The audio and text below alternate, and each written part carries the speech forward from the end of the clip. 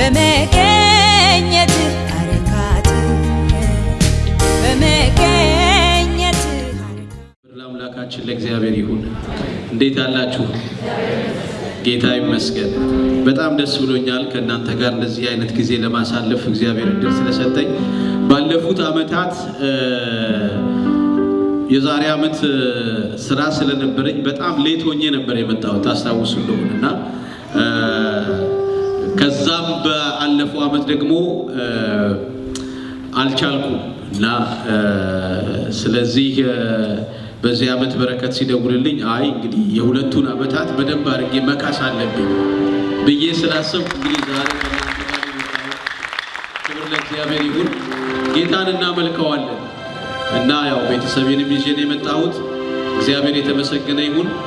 በዚህ ቦታ ላይ የእግዚአብሔር መንፈስ አለ። የተቀደሰው የተከበረው መንፈስ በመካከላችን አለ። ከዚህ ስንወጣ እንደመጣ ነው ሆነን አንሄድም። የምታምኑ እስቲ አሜን በሉ። ሃሌሉያ።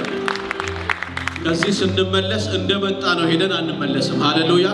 በህይወታችን የሚሆን ነገር አለ። በህይወታችን የሚለወጥ ነገር አለ። በህይወታችን የሚሰበር ነገር አለ። ሃሌሉያ። የምታምኑ እስቲ አሜን በሉ ከኔ ጋር። ሃሌሉያ። ክብር ለእግዚአብሔር ይሁን። አባታችን ፓስተር ሰይፉ በመካከላችን አሉ። በጣም ነው የምወዳቸው። የኔ መዝሙር አደረገልኝ ታምር የሚለውን የምታውቁ እስቲ እጆቻችሁን አሳዩኝ እስቲ። እና ይህንን መዝሙር የተቀበልኩት አሜሪካ ሀገር ፓስተር እያገለገሉ እና አንድ ቃል ይናገሩ ነበርና እግዚአብሔር አሁን ታምር ያደርጋል፣ እግዚአብሔር አሁን ታምር ያደርጋል እያሉ ሲናገሩ ይህ መዝሙር ልክ ከሰማይ አንደበቴ ውስጥ ገባ እና አደረገልኝ ታምር የሚለውን መዝሙር እዛው እሳቸው እየሰበኩ አዝማቹንም ቁጥሩንም ጽፌ ጨረስኩ። ልክ እሳቸው ሰብኩ ሲወርዱ ዘመርኩት እና እግዚአብሔር ይመስገን። ምክንያቱም በዛ ውስጥ ደግሞ ጌታ ታላቅ መልእክት አመጣ፣ ብዙ ስራት እንደሚሰበር እና ይገርማችኋል፣ እግዚአብሔር በዛ ዝማሬ ብዙ ስራት ሰብሯል። ሃሌሉያ። ክብር ለእግዚአብሔር ይሁን። ስለዚህ በዚህ ቦታ ላይ በእነዚህ 3 ቀናቶች ውስጥ እግዚአብሔር ይመስገን እግዚአብሔር የሚሰራው ስራ አለ፣ የሚሰበር ነገር አለ። ተለውጠን ከዚህ ቤት እንወጣለን። እግዚአብሔር ይመስገን። አይኖቻችን ተከፍተው ከዚህ ቤት እንወጣለን። ሃሌሉያ። ክብር ለእግዚአብሔር ይሁን። ክብር ለእግዚአብሔር ይሁን። እስቲ እንቁምና ጌታን እናምልከው። ሃሌሉያ። በዙፋኑ ላይ የተቀመጠው እሱ ከፍ ብሎ ይቀመጥ፣ እኛ ደግሞ ከወንበሮቻችን ተነስተን ክብር እየሰጠን እናምልከው። ሃሌሉያ።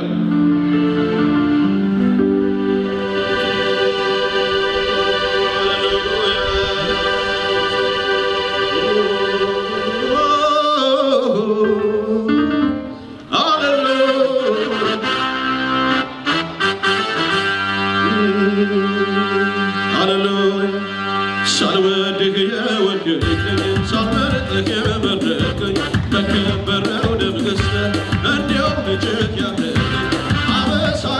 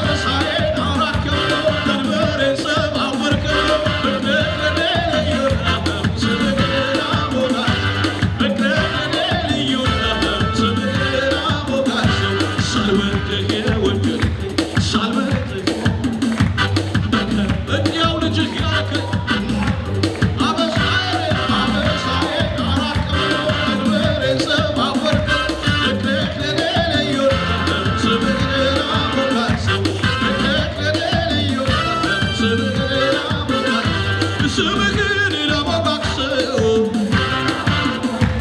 ስምህን ላሞጋግሰው ስምህን ላሞጋግሰው ስምህን ላሞጋግሰው ስምህን ላሞጋግሰው ስምህን ላሞጋግሰው ስምህን ክብር ለሚገባው ለዙፋኑ ላይ ለተቀመጠው ለዚህ ጌታ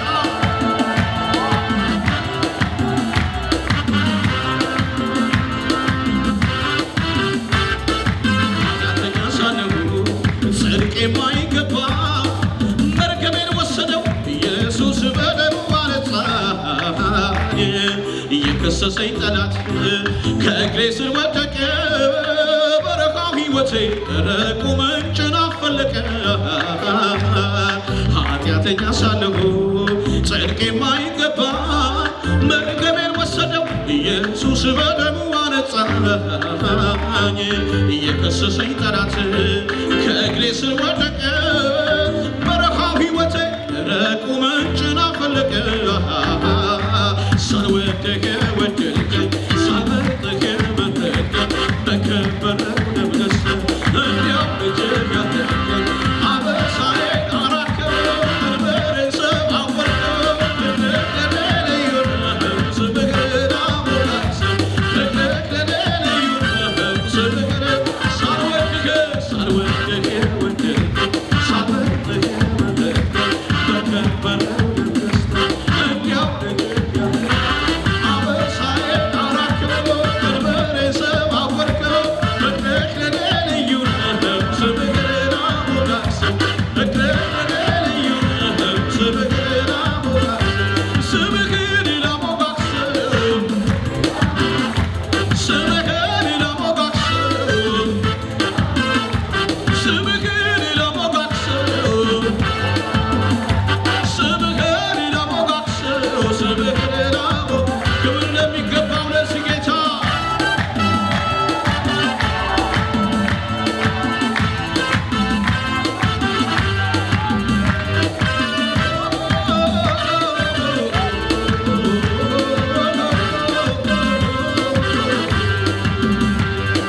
ለዚህ የሚያበቃ ጽድቅ እንኳን ሳይኖር በሰማዩ ስፍራ እንዲሁ በክብሩ አከበረኝ። ምሕረቱ ብዙ ይሄ ታላቅ ጌታ ከኔ ጋር ሆናችሁ በእልልታ አክብሩት በእልልታ። ኃጢአተኛ ሳለሁ ጽድቅ የማይገባ መርገሜን ወሰደው ኢየሱስ በደሙ አነጻኝ። የከሰሰኝ ጠላት ከእግሬ ስር ወደቀ። በረሃው ሕይወቴ ደረቁ ምንጭን አፈለቀ። ኃጢአተኛ ሳለሁ ጽድቅ የማይገባኝ መርገሜን ወሰደው ኢየሱስ በደሙ አነጻኝ። የከሰሰኝ ጠላት ከእግሬ ስር ወደቀ። በረሃው ሕይወቴ ደረቁ ምንጭን አፈለቀ። በጭብጨባ ሳልወድህ ወደድከኝ ሳልመርጥህ መረጥከኝ በከበረው ደም ገዝተህ እንዲያው ልጅህ ያደረገኝ አበሳዬን አራቅከው ቀንበሬን ሰባበርከው ፍቅርህ ለኔ ልዩ ነው ስምህን ላሞጋግሰው ፍቅርህ ለኔ ልዩ ነው ስምህን ላሞጋግሰው ሳልወድህ ወደድከኝ ሳልመርጥህ በከበረው እንዲያው ልጅህ ስምህን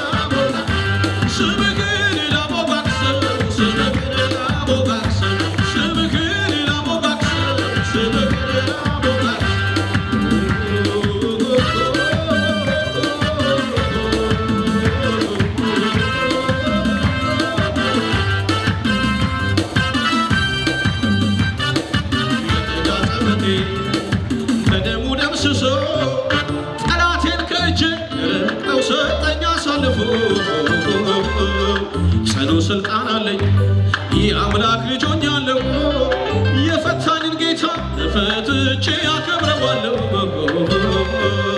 የዕዳ ጽሕፈቴን ለደሙ ደምስሶ ጠላቴን በእጅ ረግጠው ሰጠኝ አሳልፎ ጽኑ ስልጣን አለኝ የአምላክ ልጅ ሆኛለሁ የፈታኝን ጌታ ፈትቼ አከብረዋለሁ ሳልወደቅ ወደቅ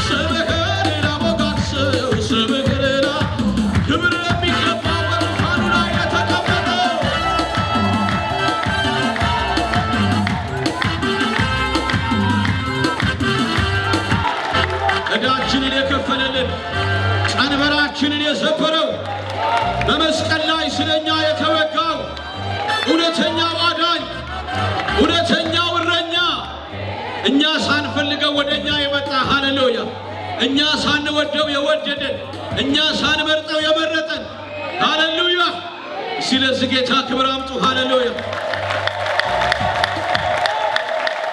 ሃሌሉያ አበሳችንን ያራቀው ጌታ ስሙ ይባረክ ሃሌሉያ ስማችንን በሕይወት መዝገብ የጻፈው ጌታ ስሙ ይባረክ ሃሌሉያ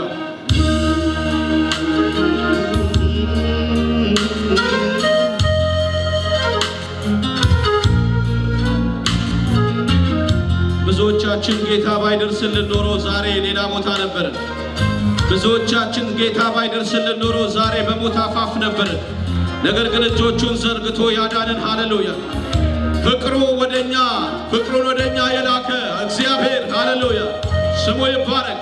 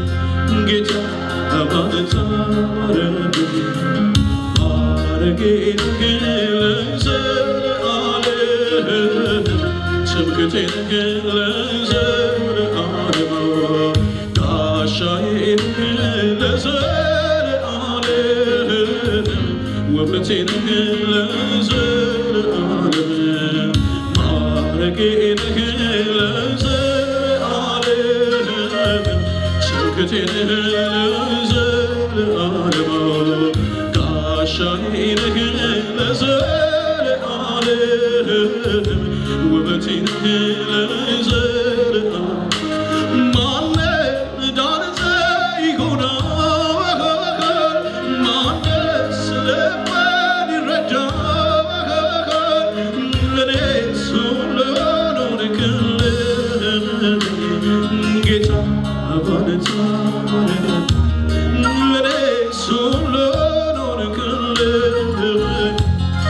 ጌታ ባንተ ማረብኝ ማረጌነህ ለዘለዓለም ትምክህቴነህ ጋሻ ይሆነላችሁ ጋሻዬ ጋሻዬነህ ለዘለዓለም ውበቴነህ ለዘለዓለም ማረጌነህ ለዘለዓለም ትምክህቴነህ ለዘለዓለም ጋሻዬነህ ለዘለዓለም ውበቴነህ ለዘለዓለም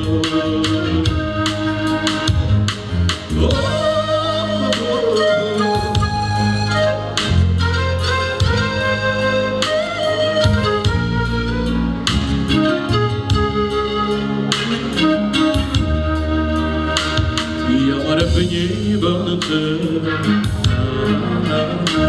ወግ ያየሁት ባንተ ሚስጥሩ ያልገባ ጥግ ሆኖ ቢተቸኝ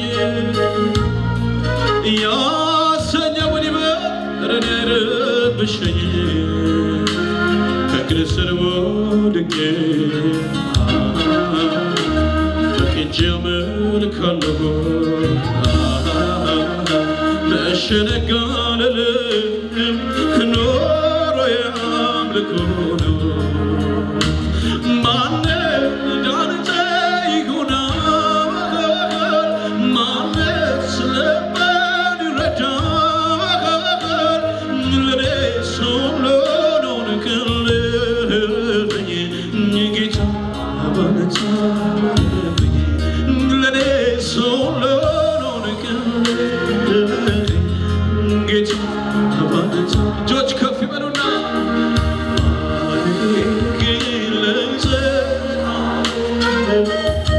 ትምክህቴ ለዘለዓለም ጋሻዬ ለዘለዓለም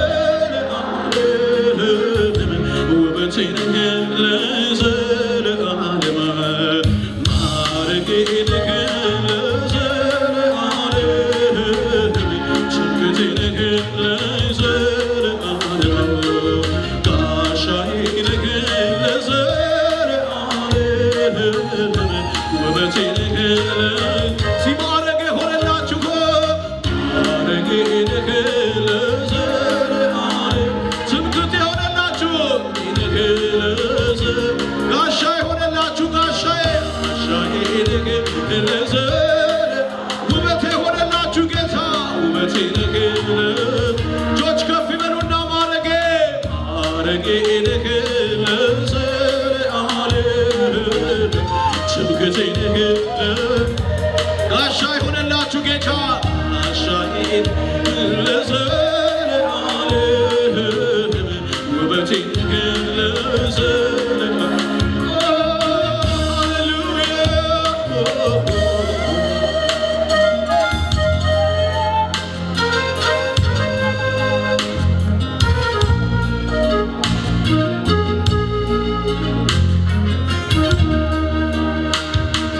ያውን መዓዛ ዙፋን ክበበው የከበረ ምሽቱ ከእግረ ሰለስ በረው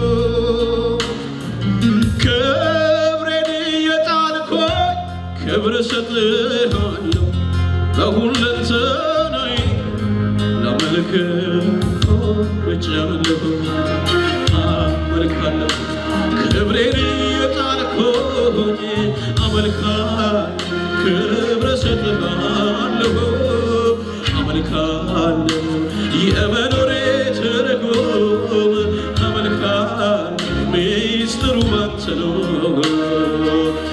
አመልካለሁ ክብሬን የጣልኩኝ አመልካለሁ ክብር እሰጥሃለሁ አመልካለሁ የመኖሬ ትርጉም አመልካለሁ ሚስጥሩ ባንተ ነው ማነ እንዳንተ ይሆናል ማነስ ልቤን ይረዳል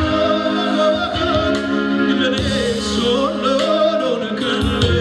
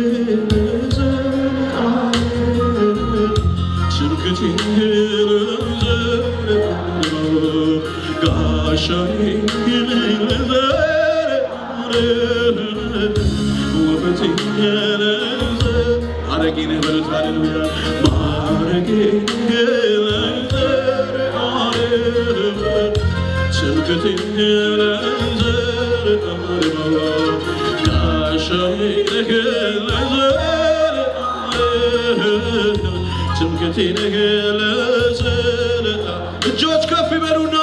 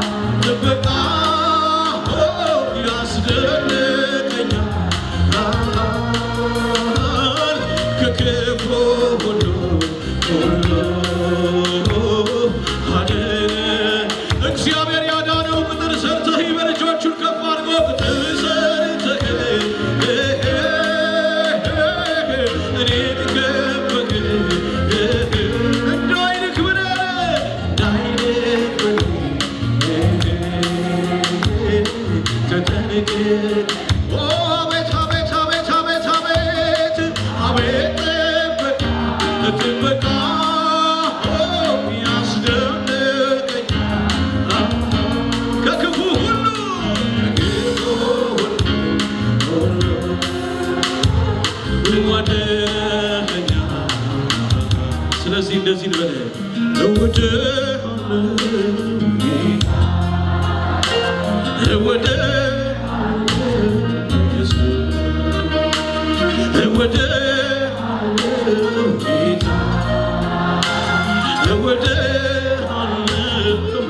የምትወዱት ንገሩት እንዲህ ብላችሁ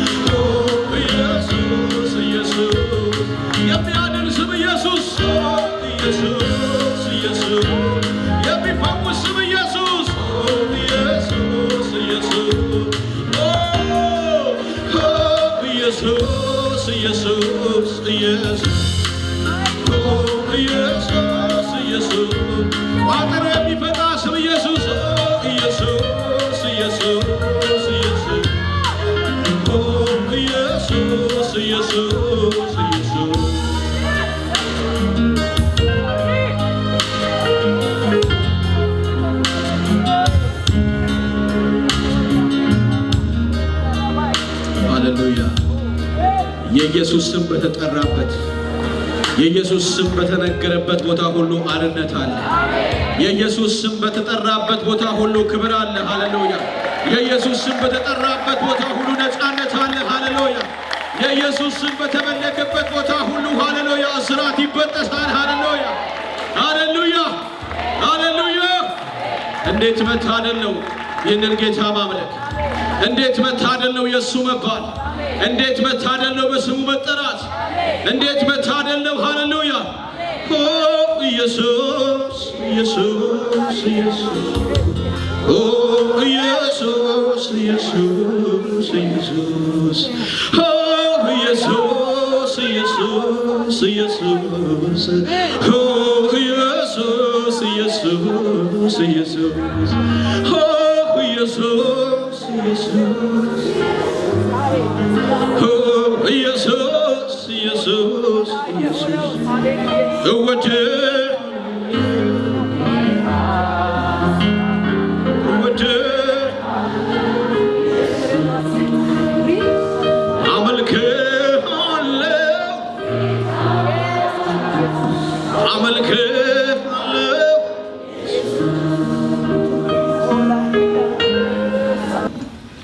ሃሌሉያ! ሃሌሉያ በሏ። እስቲ ወደ ግበሉንም ሶሎ አለ። ሃሌሉያ። ከሰላምታዬ በፊት የሚቀድም አንድ ሶሎ አለኝ። ሁላችሁም ልትዘምሩ ትችላላችሁ። ልታስታውሱታላችሁ። ታስታውሱዋላችሁ ምን እንደምንዘምር? ኢየሱስ ጌታ ነው ብለን እንጮኻለን። አሜን እንላለን። 7 ጊዜ ነው ኢየሱስ ጌታ ነው ብለን የምንጮኸው። 7 ያደረኩበት ምክንያት 7 የእግዚአብሔር ቁጥር ነው፣ የነገር መፈጸሚያ ነው። አሜን። ድሮ ኢትዮጵያ የተመላለስ ቅዱሴት ሳካሄድ ከዚህ በኋላ ከመስበክ በፊት ሁል ጊዜ ኢየሱስ ጌታ ነው አስብላለኝ። ይሄም የአምልኮ ክፍል ነው። አሜን እንላለን። እና ምንድን ነው የምናደርገው? እኔ እቆጥርላችኋለሁ 1 2 3 ብዬ ያኔ እጃችሁን አንስታችሁ ኢየሱስ ጌታ ነው ትላላችሁ። ወደ ቀኝ ትዞሩና ኢየሱስ ጌታ ነው። እንደገና ወደ ቀኝ ትዞሩና ኢየሱስ ጌታ ነው። እንደገና ወደ ቀኝ ትዞሩና ኢየሱስ ጌታ ነው።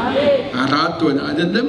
እንደገና ደግሞ በሰማያዊ ባለ ስፍራ የሚቀመጡ መናፍስት አሉ። እነግራቸዋለን ይህን መልእክት። ኢየሱስ ጌታ ነው። በውሃ ላይ የሚሰፉ በምድር ላይ የሚሽከረከሩ ርኩሳን መናፍስት አሉ። ዝቅ ብለን እያመለከት ኢየሱስ ጌታ ነው እንላቸዋለን። ይህና እናንተ የምንታወቅበት የምንቸገርበት ነገር ቢኖር ለልባችን እነግረዋለን። ለሚያውከን ነገር እነግረዋለን። ኢየሱስ ጌታ ነው። ለበሽታ፣ ለአጋንንት፣ ለማናቸውም አይነት ችግር ኢየሱስ ጌታ ነው። 7ኛው እኛ ላይ ነው የሚያነጣጥረው። አሜን እንላለን። ክብር ለእግዚአብሔር ይሁን። እኔም ከእናንተ ጋር እሽከረከራለሁ። 1 2 3 ኢየሱስ ጌታ ነው። ኢየሱስ ጌታ ነው። ኢየሱስ ጌታ ነው። ኢየሱስ ጌታ ነው። ኢየሱስ ጌታ ነው። ኢየሱስ ጌታ ነው። ኢየሱስ ጌታ ነው። ሃሌሉያ ሃሌሉያ ሃሌሉያ ሃሌሉያ ሃሌሉያ። ክብር ሁሉ ለእግዚአብሔር ይሁን። አለፍወን ጌታ ኢየሱስ የተባረከ ይሁን። እንደምን ሰነበታችሁ ቅዱሳን? ደህና ናችሁ ወይ? ይህን ያህል ምእመን አገኛለሁ ብዬ አስቤ አልመጣሁም። በጣም ብዙ ናችሁ። እግዚአብሔር ባርኳችኋል። ጌታ ኢየሱስ ይባረክ። ከየት እንደመጣችሁ ወንድማችን ቅድም ሲጠይቅ አንዱን ከአምስተርዳም በስተቀር የገባኝ የለም። የእኔም አይገባችሁ ይሆናል። እኔ ደግሞ ዴንቨር ከሚባል ከተማ ከአሜሪካ ነው የመጣሁት። በአሜሪካ ውስጥ ብዙ ስቴቶች ውስጥ ነው የኖርኩት። እንደሄድኩ ቴክሳስ ውስጥ ነበርኩ። ከዛ ሚኒሶታ ነበርኩ። ከዛ ደግሞ ሚዙሪ የሚባል ራስ የሚያዞር ሀገር እዛም ነበርኩ እና ከዛ ተመልሼ ሚኒሶታ ሄድኩ። ከዛ ደግሞ ተመልሼ ካሊፎርኒያ ደግሞ እዛም ኖር። ከዛ ደግሞ ወደ ቴክሳስ ተመለስ። ከዛ ደግሞ ወደ ካሊፎርኒያ ተመለስ። ከዛ ደግሞ ዴንቨር። አሁን ዴንቨር 12 ዓመታችን ነው። ባለቤቴና ነኝ። ፓስተር ጽጌ ወንጌል ትባላለች። እግዚአብሔር የተመሰገነ ይሁን። ከእሷና ከቤተ ክርስቲያን መሪዎች ሰላምታ አምጥቼላችኋለሁ። ከምእመናን አላመጣሁላችሁ፣ ምክንያቱም አልነገርኳቸው። መሄዴ ነው ካልኩ እሑድ ዕለት ቤተ ክርስቲያን አይመጡም። ስለዚህ ያንን ሪስክ መውሰድ አልፈለኩም እና ዝም ብዬ ሹልክ ብዬ ነው የመጣሁት እና እግዚአብሔር ባርካችሁ።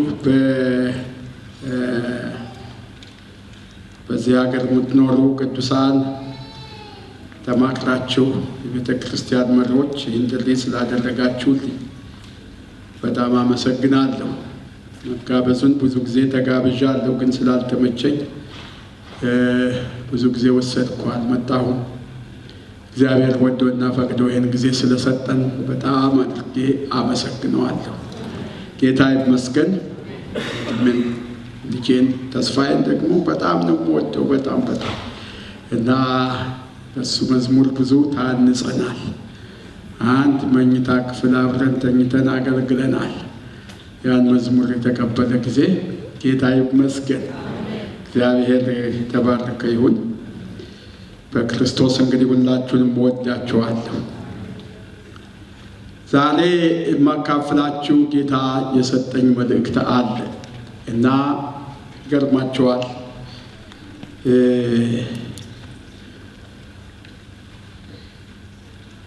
ከ24 ወይም 25 ዓመት በፊት ይሆናል ቺካጎ ኮንፈረንስ ላይ አንድ ስብከት ሰብክ ነበር።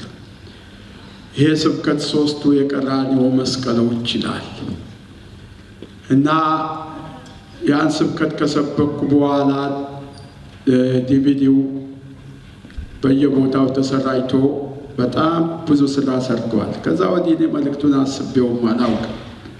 አንድ ጊዜ ብቻ ክሩሴድ ለማካሄድ ኢትዮጵያ ሄጄ እንጦጦ መካነ ኢየሱስ አገለግል ነበር እና በዛው ሰሞን አንድ ወንድም ደውሎልኝ ፓስተር ሰይፉ ቤቴ ትመጣለህ ይለኛል።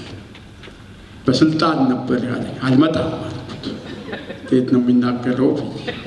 ትመጣለህ ይለኛል። አልመጣም። ትመጣለህ ነው የምልህ። ትመጣለህ። ማነህ አንተ? አልነግርህም። ትመጣለህ ቤቴ። ምን አይነት ትእዛዝ ነው አልኩና፣ እሺ ወንድም እንግዲህ ጌታ ያለው ይሆናል አልኩት። ነገም ደውሎ ቤቴ ትመጣለህ ይለኛል።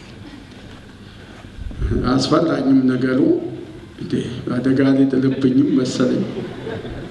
ከዛ አንድ 3 ቀን ደግሞ በኋላ ባለቤቱ ደውላ ፓስተር ሰይፉ ነው? አዎ ቤታችን ይመጣሉ አለች። ማነሽ አለች። ደውሎለት እኔ ባለቤት እንዲህ ብሎት ነበር። የሁለታችሁ እንኳን ጓንድ ነው፣ ይገርማል አልኩ እና አልመጣም አልኳት። ይመጣሉ ትላለች እሷ። ወይ እንጦጦ መካነ ኢየሱስ አገልግዬ ማታ ሲጨርስ ይሄ ወንድም መጣና ፓስተር እንሄዳለን። የት ነው የምንሄደው?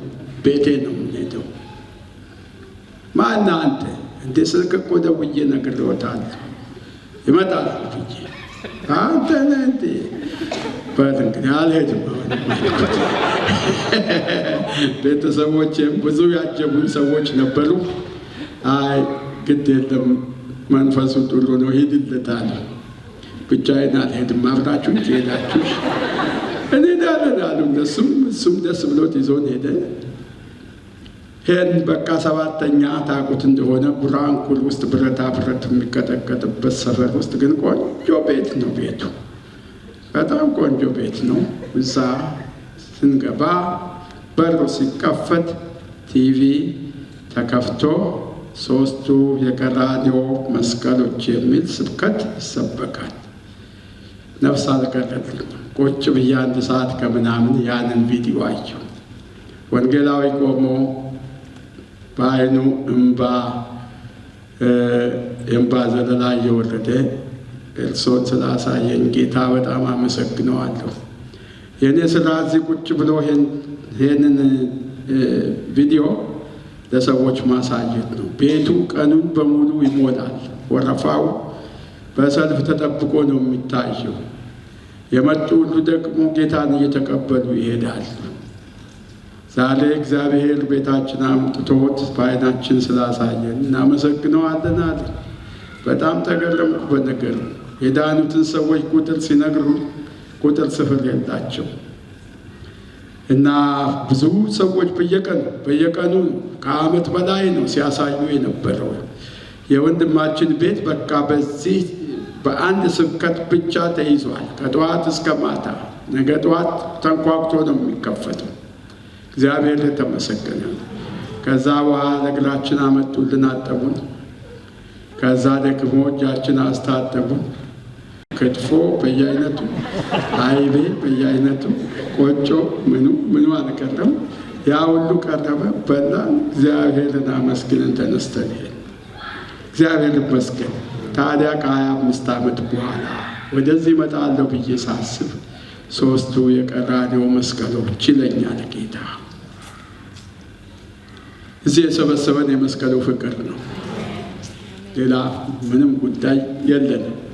እኔንም ከአሜሪካ ድረስ ያንዳንዳችሁን ካላችሁበት ቦታ እዚህ ያመጣን የጌታ የኢየሱስ ክርስቶስ የመስቀል ሥራ ነው። ስለዚህ ሦስቱ የቀራንዮ መስቀሎች ብዬ ነው የምሰብክላችሁ። እግዚአብሔር ቶሎ ብሎ ሞላኝ። ስዘጋጅ ላስት ዊክ መልእክቱን በውስጥ ያስቀመጠው እና ስለ ሦስቱ ቀራንዮ መስቀሎች እሰብክላችኋለሁ። ጉዳያችን ከአንዱ መስቀል ጋር ሁለቱ አጃቢዎች ናቸው። ከሕይወታችን ጋር እኛኑ ከመምሰላቸው በስተቀር ምንም ግንኙነት የላቸው። በኃጢአተኝነታቸው እኛን ይመስላል። በተለይ አንዱ ንስሐ በመግባታችን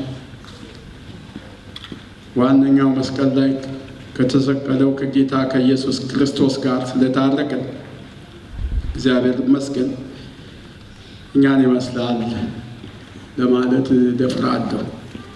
ክብር ሁሉ ለእግዚአብሔር ይሁን። አሜን እንላለን። ሃሌሉያ፣ ጌታ ይመስገን። እና የሉቃስ ወንጌል ምዕራፍ 23 ላይ ታውጣላችሁ።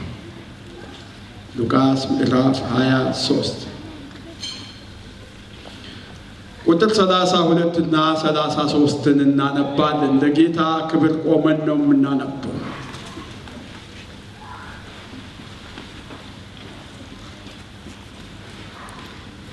ቁጥር 32 እና 33 ለቃሉ ክብር ቆመን እናነባዋለን። የምትችሉ ማትችሉ ደግሞ ቁጭ በሉ።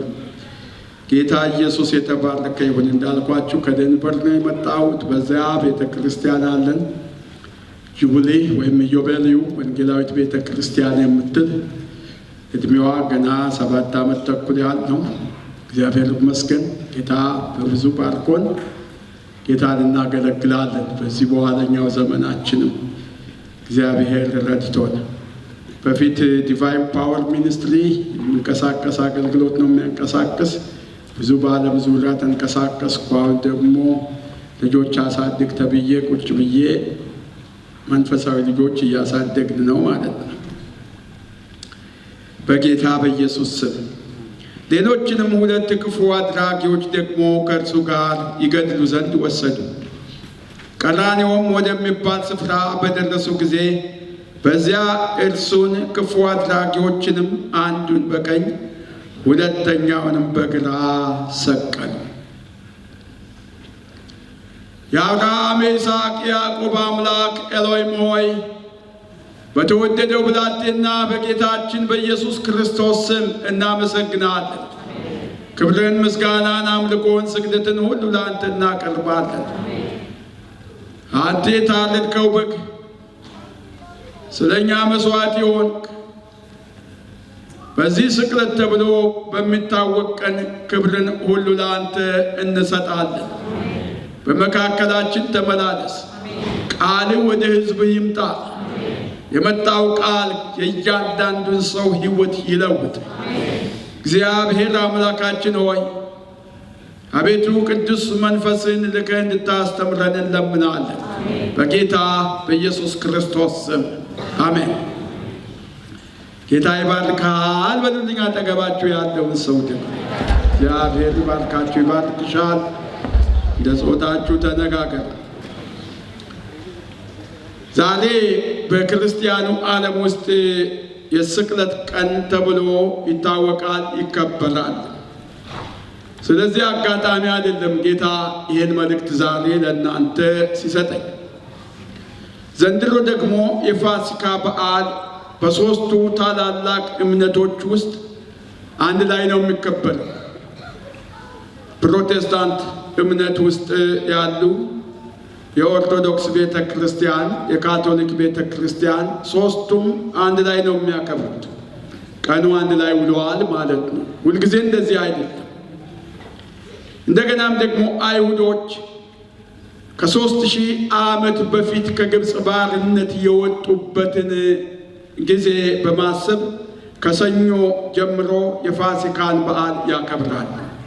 ይሄ ብቻ አይደለም። ይሄው ሰሞን ደግሞ የስድስቱ ጦርነት የተጠናቀቀበትን ቀን በማሰብ ኢዮቤልዩ የጦርነቱን ድል በማሰብ የኢዮቤልዩ በዓል ያከብራል።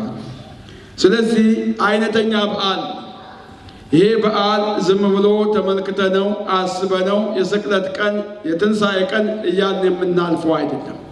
የትንሣኤው ጌታ በሕይወታችን ውስጥ የትንሣኤ ሥራ ሰርቶ ወደ ከፍታ የሚያመጣን ጊዜ ነው። ክብር ሁሉ ለእግዚአብሔር ይሁን። አሜን እንላለን ወይ? በመሰረቱ በቀራንዮ 3 መስቀሎች ናቸው የዛለት ጌታችን ኢየሱስ ክርስቶስ የተሰቀለለት የተተከሉት። መስቀል የሮማውያን የአገዳደል ስልት ነው። ወንጀል ሰራ፣ ለሞት የሚያበቃ ጥፋት አጥፍቷል ብለው የሚሉትን ሰው በመስቀል ላይ ነው የሚሰቅሉት። ይህን የሚያደርጉበት ምክንያት አላቸው። ስቃዩን ለማራዘም ፈልገው ነው። ቀኑን ሙሉ ሲሰቃይ ውሎ እንደገና ወደ አይሁዶች ሕግ የሄዱና ፀሐይ ሳትጠልቅ አስክሬኑ መቃብር ውስጥ ማረፍ አለበት። ስለዚህ ቀኑን ሙሉ በመስቀል ላይ የሚሰቀል ሰው ሲሰቃይ ነው የሚውለው። ሕይወት እንዲያልፍ ረጅም ጊዜ እንዲወስድ ማድረጊያ የመቅጫ መሳሪያ ነው መስቀል። ጥሬ ቃሉ ሲተረጎም እርጉም የተባለ ሰው በሞት የሚቀጣበት ስፍራ ነው መስቀል። እንዲሁም ገላትያ ምዕራፍ 3 ቁጥር 13 ላይ ምን ብሎ ይነግረናል?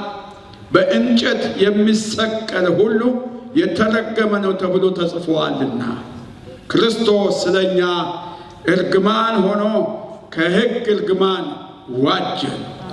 ሕጉ ምን ይለዋል? ምን ይላል? አንቺን ምን ይልሻል? እርጉም ነው የሚልሽ። አንተንስ ምን ይላል? እርጉም ነህ ይላል። እኔን ምን ይለኛል? እርጉም ነህ ይለኛል። የሰውን ዘር ሁሉ ሕግ የኦሪት ሕግ እርጉም ነው የሚለን ጌታ ኢየሱስ ክርስቶስ የኔንና የእናንተን እርግማን ተቀብሎ ስለኛ እርግማን ሆነ፣ በመስቀል ላይ ተሰቀለ። ሃሌሉያ! ክብር ለእግዚአብሔር ይሁን። ስለዚህ ትርጉሙ ይሁን። መቼም ሰው ሲሞት አይታችሁ ይሆናል። በዕድሜ የጠገብን ሰዎች ብዙ ነገር አይተናል። በሀገራችን ሰዎች ሲሰቀሉ አይቻል። ሰው የገደሉ ሰዎች ወደሚሰቀሉበት ቦታ ሲሄዱ 4 ማዕዘን እንጨት ነው። ከላይ አግድም የተመታ ገመድ የተንጠለጠለበት፣ ከስሩ ደግሞ ከፍ ብሎ የሚቆምበት፣ በኋላ ተገፍቶ የሚወድቅ፣ ይህን ሁሉ ያዘጋጁና ወደዛ መሰቀያ ቦታ ያንን ሰው ይዘው ሲሄዱ ልብ የወደደውን ነገር የፈለከውን ነገር ብትፈልግ እየፎከርክ ብትፈልግ ግጥም እየገጠምክ ተናገር ይባላል። ያ ሰው ይወጣና የልቡን ይናገራል። አይቆጨኝም ብሞትም ንዴቴን ተወጥቼ ነው ገድዬ ነው እንዲህ ነው እያለ እየፎከረ በመጨረሻ ይሄድና አንገቱን ገመድ ውስጥ ያስገባል። ይመቱታል። የቆመበትን ነገር ያንጠለጥለዋል። እንደዛ ይሞታል ማለት ነው። አውሮፓ ውስጥ ካፒታል ፓኒሽመንት የለም። በእስራት ነው መሰለኝ የሚቀጡት ብዙ ሀገሮች። አሜሪካ ውስጥ ግን ካፒታል ፓኒሽመንት የገደለ እንዲሞት ፍርድ ይሰጣል። እና የሚገርማችኋል አንድ ሰው ይሞታል ተብሎ ስንት ዓመት እስር ቤት ውስጥ ይቆያል መሰላችሁ? ተራ ይጠብቃል። እና በአሜሪካ ውስጥ ሰው ሲሞት የሚሞትበት ጊዜ ሲደርስ እና አልቀረህ እያሉ ይነግሩታል። እንደ ነገ ሊሞት እንደ ዛሬ ማታ ትልቅ እራት ያቀርቡለታል። በጣም እንደው በስነ ስርዓት ሌሎች እስረኞች የማይቀርብላቸውን ያቀርቡለትና ተዝናንቶ በደንብ እራቱን ይበላል። ነገ መሞቴ ነው እያለ ያን ይበላል። ኑዛዜ ተናዘዝ ይሉታል። የፈለከውን ነገር ደግሞ ተናገር ይባላል። ይናገራል። ከዛ በኋላ የሚተኛበት አልጋ ጋር በሰንሰለት እጁም እግሩም ታስሮ በወታደሮች ታጅቦ ይሄዳል። አልጋው ላይ ያስተኙታል። ያዝናኑ ያስተኙታል። ከዛ በኋላ በመርፌ ነው የሚወጉት። በደም ስር ውስጥ ቀስ እያለ እያጫወተ ቀስ ብሎ እንዲሞት በክብር እንዲሞት ነው with honor እንዲሞት ነው የሚሉት። ልክ ኦፕሬሽን ለማድረግ መርፌ ሲሰጡ ቶሎ አይደለም የሚያስተኛ፣ እንደዛ እያሉ ቀስ እያሉ በተወሰነ ደቂቃ ውስጥ ሰውየው እንዲያልፍ ያደርጋል። ጌታችን ኢየሱስ ክርስቶስ ግን በዚህ አይነት ሁኔታ አይደለም የተገደለው። ጌታ ኢየሱስ ክርስቶስ ከጠዋቱ 3 ሰዓት እስከ 9 ሰዓት ድረስ በመስቀል ላይ ሆኖ ይሰቃይ ነበር። ከመስቀልም በፊት ደግሞ ብዙ ስቃይ እንዳሳለፈ ቀጥዬ ነግራቸዋለሁ። 3ቱን የቀራንዮ መስቀሎች ወንጌላት እንደዚህ ይሏቸዋል። ማቴዎስ በምዕራፍ 27 ቁጥር 38 ላይ 2 ወንበዴዎች አንዱን በቀኝ አንዱን በግራ ሰቀሉ ይላል። ማርቆስ ምዕራፍ 15 ቁጥር 27 ላይ 2 ወንበዴዎች አንዱን በቀኝ አንዱን በግራ ይለዋል። ሉቃስ ምዕራፍ 23 ቁጥር 32 እስከ 33 አሁን ያነበብኩት ነው። ክፉ አድራጊዎችን አንዱን በቀኝ አንዱን በግራ ይለዋል። ዮሐንስ ምዕራፍ 19 ቁጥር 17 እና 18 ላይ ሌሎች 2 አንዱን በዚህ አንዱን በዚያ ይለዋል። ስለዚህ 4ቱም ወንጌላት 2 ክፉ አድራጊዎች፣ 2 ወንበዶች፣ 2 ሌሎች ብለው ነው የሚያስቀምጧቸው። ስለዚህ 3 መስቀሎች ቀራንዮ ላይ ተተክለው 3 ሰዎች ተሰቅለውባቸው ነበር። ታዲያ ጌታ ለምንድን ነው ከአመፀኞች ጋር የተሰቀለበት ምክንያት ብለን ልንጠይቅ እንችላለን። ምክንያት ነበር ለምን ከአመፀኞች ጋር እንደተሰቀለ። አንደኛ ኢሳይያስ 53:12 ላይ እንደሚናገረው መጽሐፍ ያለው እንዲፈጸም ነው። ክፉ አድራጊዎች ጋር ከአመፀኞች ጋር ይሰቀላል ብሎ ኢሳይያስ ከ700 ዓመት ቀደም ብሎ ትንቢት ተናገረ። ያ ትንቢት እንዲፈጸም ጌታ ከነዚህ ወንበዴዎች ጋር ተሰቀለ። ሁለተኛው ምክንያት ከሳሾቹ እንዲሰቀል ያደረጉት ይሄ እኮ እንደ ሌሎች ወንጀለኛ ነው፣ ይኸው ከወንጀለኞች ጋር ነው እኮ የተሰቀለው፣ ተመልከቱ፣ እፈውሳለሁ ይላል፣ እንዲህ ያደርጋለሁ ይላል፣ ግን ወንጀለኛ ሆኖ ተገኘ ለማስባል ያመቻቹት ነገር ነው ከእነርሱ ጋር እንዲሰቀል ያደረጉት። በእግዚአብሔር በኩል የኃጢአት ይቅርታ የሚገኘው በመስቀሉ አማካኝነት እንደሆነ ለማሳየት ጌታ ከነዚህ ወንበዴዎች ጋር ተሰቀለ። ምክንያቱም ጌታ ኢየሱስ ክርስቶስን አንደኛው ወንበዴ ሲሰድበው፣ ሁለተኛው ወንበዴ ደግሞ ጓደኛውን አንተ በዚህ አይነት ስቃይ ላይ እያለ አታፍርም እንዴ? ይህንን ሰው ስትሰድበው ስትረግመው እኔና አንተ በኃጢአታችን በሰራነው በደል ነው የተሰቀልነው፣ ሕግ መስክሮብን ነው የተሰቀልነው። ይሄ ግን በመካከላችን የተሰቀለው ምንም ጥፋት አልተገኘበትም፣ አታፍርም ወይ? ወዲያው ጌታ ሆይ ወደ መንግሥት ስትመጣ እባክህ አስበኝ አለ። ጌታ መለሰና እውነት እውነት እልሃለሁ አንተ ዛሬ በገነት ከኔ ጋር ትኖራለህ። አሜን አትሉም? መቼም ማን እንዳስተማራችሁ አላውቅም። አሜን በሉ፣ አይዟችሁ።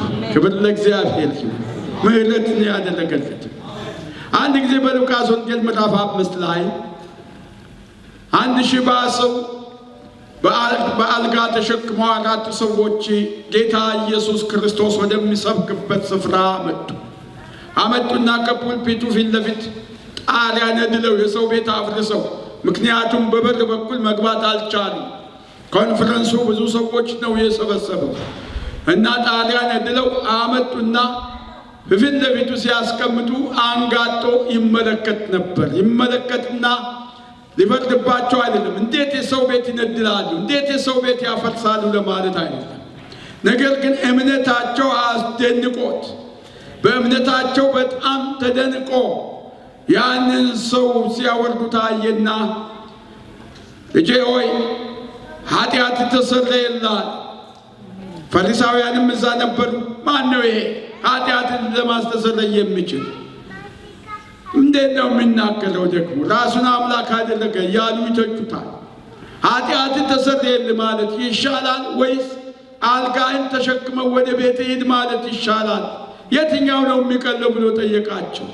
ወዲያው አስከተለና ያንን ሽባ ሰው አንተ ሰው እልሃለሁ አልጋህን ተሸከምና ወደ ቤት ሂድ። ብድግ አለና ማንም ሳይረዳው አራት ሰው ተሸክሞ ያመጣው ሰው ተኝቶበት የነበረውን አልጋ ጭንቅላቱ ላይ አድርጎ ወደ ቤቱ ገሰገሰ። ቅድም አናስገባም ያሉ ሁሉ መንገድ እየከፈቱለት እምነታቸው እየሞላ ለሚቀጥለው ተአምር እየተዘጋጁ አያችሁ። ጌታ ኢየሱስ ክርስቶስ በመስቀልም ላይ ሆኖ ያን ንስሐ የገባውን ወንበዴ ንስሐ እንደገባ ወዲያው ይቅር አለ። ዛሬ ነው ከኔ ጋር በገነት የምትኖረው ብሎ ቃል ገባለት። ክብር ለእግዚአብሔር ይሁን። ስለዚህ ያ ሁኔታ የተዘጋጀው የኃጢአት ይቅርታ የሚገኝበት መድረክ ነው፣ የጌታ የኢየሱስ ክርስቶስ መስቀል። እግዚአብሔር የተመሰገነ ይሁን። አሜን እንላለን ወይ? እንደገናም ከነዚህ ወንበዴዎች ጋር እንዲሰቀል ያደረጉበት ምክንያት እርሱም እኮ ሟች ነው፣ እንደ ሌላ ሰው እኮ ነው፣ ይሞታል። አሁን ተሰቀለ አይደል? ቆይታ ያላችሁ ነፍሱ ስትወጣ ሟች እኮ ነው። ሕይወት ሰጪ ነኝ የሚለው ሟች ነው እያሉ ይተቹት ነበር። አምስተኛው ምክንያት ጌታን ከአመፀኞች ጋር የሰቀሉበት ምክንያት እንኳን ሌላውን ራሱንም ለማዳን አልቻለም። ተመልከቱት እኮ እንደ ሌሎቹ ይጮኻል፣ እንደ ሌሎቹ ይሰቃያል፣ ይቀባጥራል፣ የሚናገረውንም አያውቅም እኮ ተመልከቱ። ስለዚህ ልክ እንደ ሌሎች ነው። እርሱም ለማስባል ሞክረው ነው ጌታ በዛ መንገድ እንዲሰቃይ ከወንበዴዎች ጋር እንዲሰቀል ያደረጉት። እነዚህን መስቀሎች በሶስት ሀሳብ ልከፍላቸው ፈልጋለሁ። በግራ የተሰቀለ፣ በቀኝ የተሰቀለ እያልኩ የትኛው ምን እንዳለ ማስረጃ ስለሌለ መጽሐፍ ቅዱስ ውስጥ አንዱ እንደዚህ አለ፣ አንደኛው ደግሞ ተሳደበ ነው የሚለው። በግራ በኩል የተሰቀለውን ወንበዴ መስቀል ቁጥር 1 ብየዋለሁ። በቀኝ በኩል የተሰቀለው መስቀል ቁጥር 2 አልኩት። በመካከል የተሰቀለውን መስቀል ቁጥር 3 ብየዋለሁ። የእግዚአብሔር በግ የናዝሬቱ ጌታ ኢየሱስ ክርስቶስ የተሰቀለበት መስቀል ቁጥር 3 ያልኩት ትኩረታችን እርሱ ላይ ይሆናል። ሦስቱም ተሰቃዮች ቅድመ ስቅለት ምርመራ ተደርጎላቸዋል፣ ተመርምረዋል። ሦስቱ መስቀል ቁጥር 1 ላይ የተሰቀለው ወንበዴ በትንቢት ክፉ አድራጊ ተብሎ የተጻፈለት ነው። ኢሳይያስ 53:12 ላይ ክፉ አድራጊ። ማቴዎስ ደግሞ እንደጠቀሰው ቅድም ጠቅሼላችኋለሁ ወንበዴ የተባለው ነው። ማርቆስም እንደጠቀሰው ወንበዴ ነው የሚለው። ሉቃስ በበኩሉ ክፉ አድራጊ ይለዋል። ዮሐንስ ደግሞ ሌሎች ሁለት፣ አንዱን በዚህ አንዱን በዚያ ያለው። ቁጥር 1 ላይ የተሰቀለውን ወንጀለኛ መሆኑን የገዛ ባልንጀራው እንኳን ሳይቀር የፈረደበት ነው። አንተ በዚህ አይነት ስቃይ ላይ እያለ፣ በዚህ መራራ በሆነ ቅጣት ላይ እያለ አታፍርም? ይሄንን በመካከላችን የተሰቀለውን ስትናገር እናንተስ በሰራነው ወንጀል ተመስክሮብን ማስረጃ ቀርቦብን ነው የተሰቀልነው። ይሄ ግን ምንም የሰራው በደል የለም ብሎ ንስሐ ገባ። አንደኛው ላይ የተሰቀለው ግን ጌታን ተሳደበ። ቢሆንም ጓደኛውም እንኳን ወንጀለኛ ነህ፣ ኃጢአተኛ ነህ ብሎ ነው የፈረደበት። መስቀል ቁጥር 2 ላይ የተሰቀለው ምርመራ ተካሂዶበት ልክ እንደ ጓደኛው የእርሱ ልዩነት ንስሐ መግባቱ፣ ከጌታ ጋር መንገዱን ማስተካከሉ፣ የዘላለምን ሕይወት ሰኪውር አደረገ። የዘላለምን ሕይወት ወራሽ ሆነ። ክብር ለእግዚአብሔር ይሁን። አንድ ነገር በማድረጉ ለመጠመቅ ጊዜም አልነበረው። የደቀ መዝሙር ትምህርት ለመውሰድ ጊዜም አልነበረው። አንድ ውሳኔ ብቻ አደረገ። ወደ መንግሥት ስትመጣ ጌታ ሆይ እባክህ አስበኝ። አሜን እንላለን ወይ? ምናልባት እሱ ያሰበው ከሩቅ ዘመን በኋላ ጌታ ወደ መንግሥቱ ይመጣል፣ ያን እንዲያስበኝ ብሎ ነው ያስበው። ነገር ግን ጌታ ኢየሱስ ክርስቶስ ወገኖች ሆይ ተፈጸመ ባለበት ሰዓት ወደ ሲኦል ታችኛው ክፍል ወረደ። ከዲያብሎስ ላይ ምርኮን ማረከ። አሜን እንላለን። ምርኮን ማረከ። ዲያብሎስን አስጣለው። የሲኦልን መክፈቻ ቁልፍ ወሰደ ከእጁ ላይ። ቅዱሳንን ማረከ። ይዞ ወደ ገነት እንደሄደ እግዚአብሔር ቃል ይናገራል። ስለዚህ ነው እውነት እልሃለሁ አንተ ዛሬ ከኔ ጋር በገነት ትሆናለህ። በቀጠሮ አይደለም። እኔና እናንተም ጌታ ኢየሱስ ክርስቶስን የግል አዳኝና ጌታ አድርገን ስንቀበል ከሞትን በኋላ አይደለም መንግሥተ ሰማይ የምንገባው። በሕይወት መዝገብ ላይ ወዲያው ስማችን ይጻፋል። ሰኪውርድ ነን የእግዚአብሔር ልጆች ለመሆናችን። ወዲያው ሰኪውርድ ነን መንግሥተ ሰማይ ውስጥ ለመግባታችን። የእግዚአብሔር ልጆች እንሆናለን። አሜን እንላለን ወይ? ሃሌሉያ። ስለዚህ ሁለተኛው ወንበዴ፣ ሁለተኛው ክፉ አድራጊ፣ ሁለተኛው ወንጀለኛ በሕግ እንደተፈረደበት በራሱ የመሰከረ ሰው። እናንተ ጥፋት አጥፍተን ነው በራሱ የመሰከረ ሰው። ስለዚህ ሁለቱም ወንጀለኞች የምርመራው ውጤታቸው ለሞት የሚያበቃ ጥፋት ያጠፉ ናቸው። ለሞት ያበቃቸዋል የሰሩት ስራ። ነፍስ ገለዋል፣ ዘርፈዋል፣ ብዙ ኃጢአት ሰርተዋል፣ ወንጀል ሰርተዋል። ስለዚህ መሞት አለባቸው ተብሎ ተወስኖባቸው ነው የተሰቀሉት። አያቸው የሮማውያን አገዳደል ሁልጊዜ በመስቀል ላይ ነው። ቅጣትን አራዝሞ እየተሰቃየ ሌላውን ቆሞ የሚያየው መቀጣጫ እንዲሆንለት፣ እኔም ሰው የገደልኩ እንደሆን እንደዚህ ነው የምሰቃየው ብሎ እንዲፈራ። ለዚህ ነው ቀኑን ሙሉ ሲያሰቃዩአቸው የሚውሉት። መስቀል ቁጥር 3 የእግዚአብሔር በግ ጌታ ኢየሱስ ክርስቶስ የተሰቀለበት ክሱ የጌታ ኢየሱስ ክርስቶስ ሕዝብን የሚያጣምን ለቄሳር ግብር አትክፈሉ እያለ የሚያስተምር ንጉሥ ነኝ ብሎ ያወጀ ክፉ አድራጊ የአይሁድ ንጉሥ ነኝ ያለ። ተመልከቱ እንግዲህ እናንተ የሮማ ገዦች፣ እናንተን ገልብጦ እኮ እሱ ንጉሥ ሊሆን ነው። አያችሁ፣ እነሱን አናዶ አስቀንተው ቶሎ እንዲገሉላቸው ነው ይሄን ይሉ የነበሩት።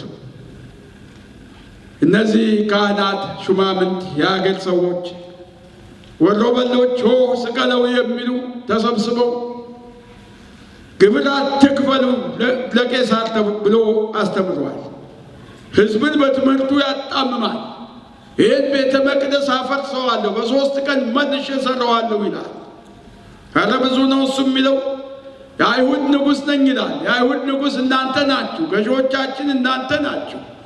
ይሄ ግን የማይረባ ንጉሥ ነኝ እያለ አውጇል እያሉ ነው የከሰሱት። እነዛ ሁለቱ ወንጀለኞች ብዙ ወንጀል ነው የሰሩ፣ ብዙ ጥፋት ነው ያጠፉት። ይሁንና ጌታ ኢየሱስ ክርስቶስን መከላከያ እንዲያቀርብ ጲላጦስ ሐሳብ ሰጥቶታል፣ አቅርቦለታል። እነዚህ ሁሉ ያንተ ወገኖች ክስ እያቀረቡብህ ነው፣ መልስ ስጥ እስቲ፣ አንተ የአይሁድ ንጉሥ ነህ እንዴ? ጌታ ግን መከላከያ አላቀረበም። መከላከያ አቅርቦ ነፍስ አልገደልኩ፣ ምንም አላደረግኩ፣ የዕውሮችን ዓይን ከፍቻለሁ፣ የሞተ ሰው አስነስቻለሁ፣ ሽባን ተርትሬአለሁ፣ እንዲህ አድርጌአለሁ፣ ይህን ማድረግ ታዲያ ለህብረተሰቡ መልካም ነገር ነው እንጂ ምንድን ነው ያጠፋሁት ብሎ መከላከያ አላቀረበም። ቢያቀርብ ኖሮ ሊፈታ ይችላል። ነገር ግን ወገኖቼ ሆይ እኔንና እናንተን ነው የሚያየው። ጌታ መከላከያ አቅርቦ ቢፈታ ኖሮ ከነ ኃጢአታችን እንጠፋ ነበር፣ እንሞት ነበር፣ በዲያብሎስ እጅ እንቀር ነበር። ኢየሱስ ክርስቶስ ግን አንቺን አየ።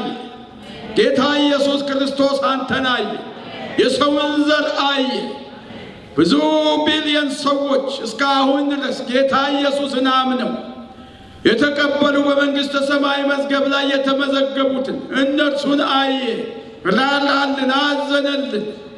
ስለዚህ ምንም መልስ አልሰጠም። አንተ ንጉሥ ነህ ወይ ብሎ ሲጠይቀው ጲላጦስ አንተ አልህ ነው ያለው። አንተ ነህ ያለው። እንዴ እነዚህ ሁሉ ሰዎች በአንተ ላይ የሚናገሩትን አትሰማም እንዴ? እንዴት ዝም ትላለህ? ተከላከል እንጂ ራስህ። ዝም ተጨነቀ፣ ተሰቃየም፣ አፉንም አልከፈተም። ለመታረድ እንደሚነዳ ጠቦት እንዲሁ ዝም አለ ይላል ኢሳይያስ 53 ላይ ሲናገር። ጌታ ኢየሱስ ክርስቶስ ዝምታው እኛን ለማዳን ሕያው ደሙን መስዋዕት አድርጎ መስጠት ግድ ነበር። ስለዚህ ዝም አለ፣ መከላከያ አቅርቦ ማምለጥ ሲችል ምንም አልመለሰም። ጲላጦስ እስኪደነቅ ድረስ ይላል ማቴዎስ 27 ቁጥር 14 ላይ ጲላጦስ እስከሚደነቅ ድረስ ምንም አላለም ይላል። እንኳን አላለም። ለእርሱ ሥቃይ ሆነ እንጂ ወገኖቼ ለእኔና ለእናንተ መዳን ሆነልን። አሜን እንላለን ወይ? እየተመቸኝ አይደለም ይሄንን የምሰብክላችሁ። የእርሱ ሥቃይ ወገኖቼ ሆይ፣ የእርሱ መከራ ምንም እንኳን ቤተ ክርስቲያን ይሄንን መስበክ ብታውቁ በምኖርበት ሀገር this is too graphic ስለሱ ሞት፣ ስለሱ ደም፣ ስለሱ ቁስል ማውራት too graphic። ልጆቻችን ይህን መስማት አይችሉም ይላል። ስለዚህ አይሰብኩትም። ነገር ግን ነፃ የወጣነው በሕያው ደሙ ነው። የምንፈወሰው በሕያው ቁስሉ ነው፣ በምህረቱ ነው። ምህረት ያገኘ ነው። አሜን እንላለን ወይ? ስለዚህ ደሙን እንሰብካለን፣ ቁስሉን፣ ስቃዩን እንሰብካለን። ምክንያቱም መልካም ነገር የመነጨልን ከዛ ውስጥ ነው። ሃሌሉያ! ክብር ሁሉ ለእግዚአብሔር ይሁን። አልተከላከለም ወገኖቼ ሆይ፣ በፍጹም አልተከላከለም። የጲላጦስ ሚስት በጣም ፍርድ ላይ ነውና የቆየው ጲላጦስ ሌሊቱን ተኝታ ምንም አላደረችም። ሕልም አየች። ይህ ሰው ጻድቅ ሰው ነው፣ በዚህ ጻድቅ ሰው ላይ አንድ ነገር እንኳን እንዳታደርግ ተጠንቀቅ ብላ ባሏን አሳሰበችው። ባሏም ተጨነቀ፣ በጣም ተጨነቀ። እንደውም አንድ ጊዜ ከዚህ ጻድቅ ሰው ደም እኔ ንጹሕ ነኝ ብሎ እጁን ታጠበ። እንዴት ንጹሕ ነኝ ትላል? ወንጀለኛ መሆኑን አረጋግጠን ነው እኮ ያመጣል። ይሄ ሰውዬ እኮ ክፉ አድራጊ ነው። ብዙ አይተናል የሰራውን ስራ እኛ። ስለዚህ ፍረድልን፣ እናንተ ወስዳችሁ እንደፈለጋችሁ ግደሉት ብሎ ሲነግራቸው እኛ በሕጋችን መሰረት ሰውን አንገድ፣ ዳኛ አንተ ነህ፣ አንተ ፍረድና ግደልልን። ስቀለው ስቀለው፣ ወሮበሎች ሰብስበው በቃ ስቀለው ያስብላል። ጌታ ተአምር ሲያደርግ እንጀራ የበሉ ሁሉ ታሞ የተፈወሱ ሁሉ ሰይጣን ገባባቸው። ተሰብስበው ስቀለው ስቀለው እያሉ ይጮኻሉ። በዚህ ሰው አንድ በደል እንኳን አላገኘሁበትም። እኔ ፈተዋለሁ በሕጋችሁ መሰረት በዚህ በዓል ላይ አንድ ሰው ሊፈታ ይገባዋል። እፈተዋለሁ ሲል አይሆንም ስቀለው ስቀለው ይላል። አንድ ነፍሰ ገዳይ እስር ቤት ውስጥ ነበር፣ በርባን የሚባል። እሺ በርባንን እንፍታላችሁ ወይስ ንጉሳችን የምትሉትን ኢየሱስን እንፍታላችሁ? በርባንን ፍታው፣ እርሱን ግን ስቀለው ስቀለው፣ ራሱን የእግዚአብሔር ልጅ አድርጓል እያሉ ጮኹ፣ አብዝተው ጮኹ።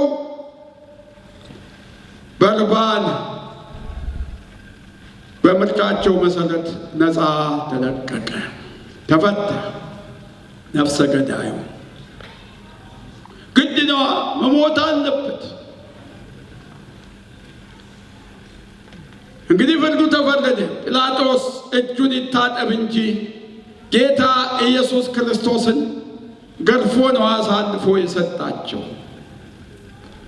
ቅድመ ስቅለት ስቃያቸውን ስንመለከት የሦስቱን መስቀል ቁጥር 1 ላይ ከመሰቀሉ በስተቀር የደረሰበት ሌላ ነገር እንዳለ ምንም አናይ።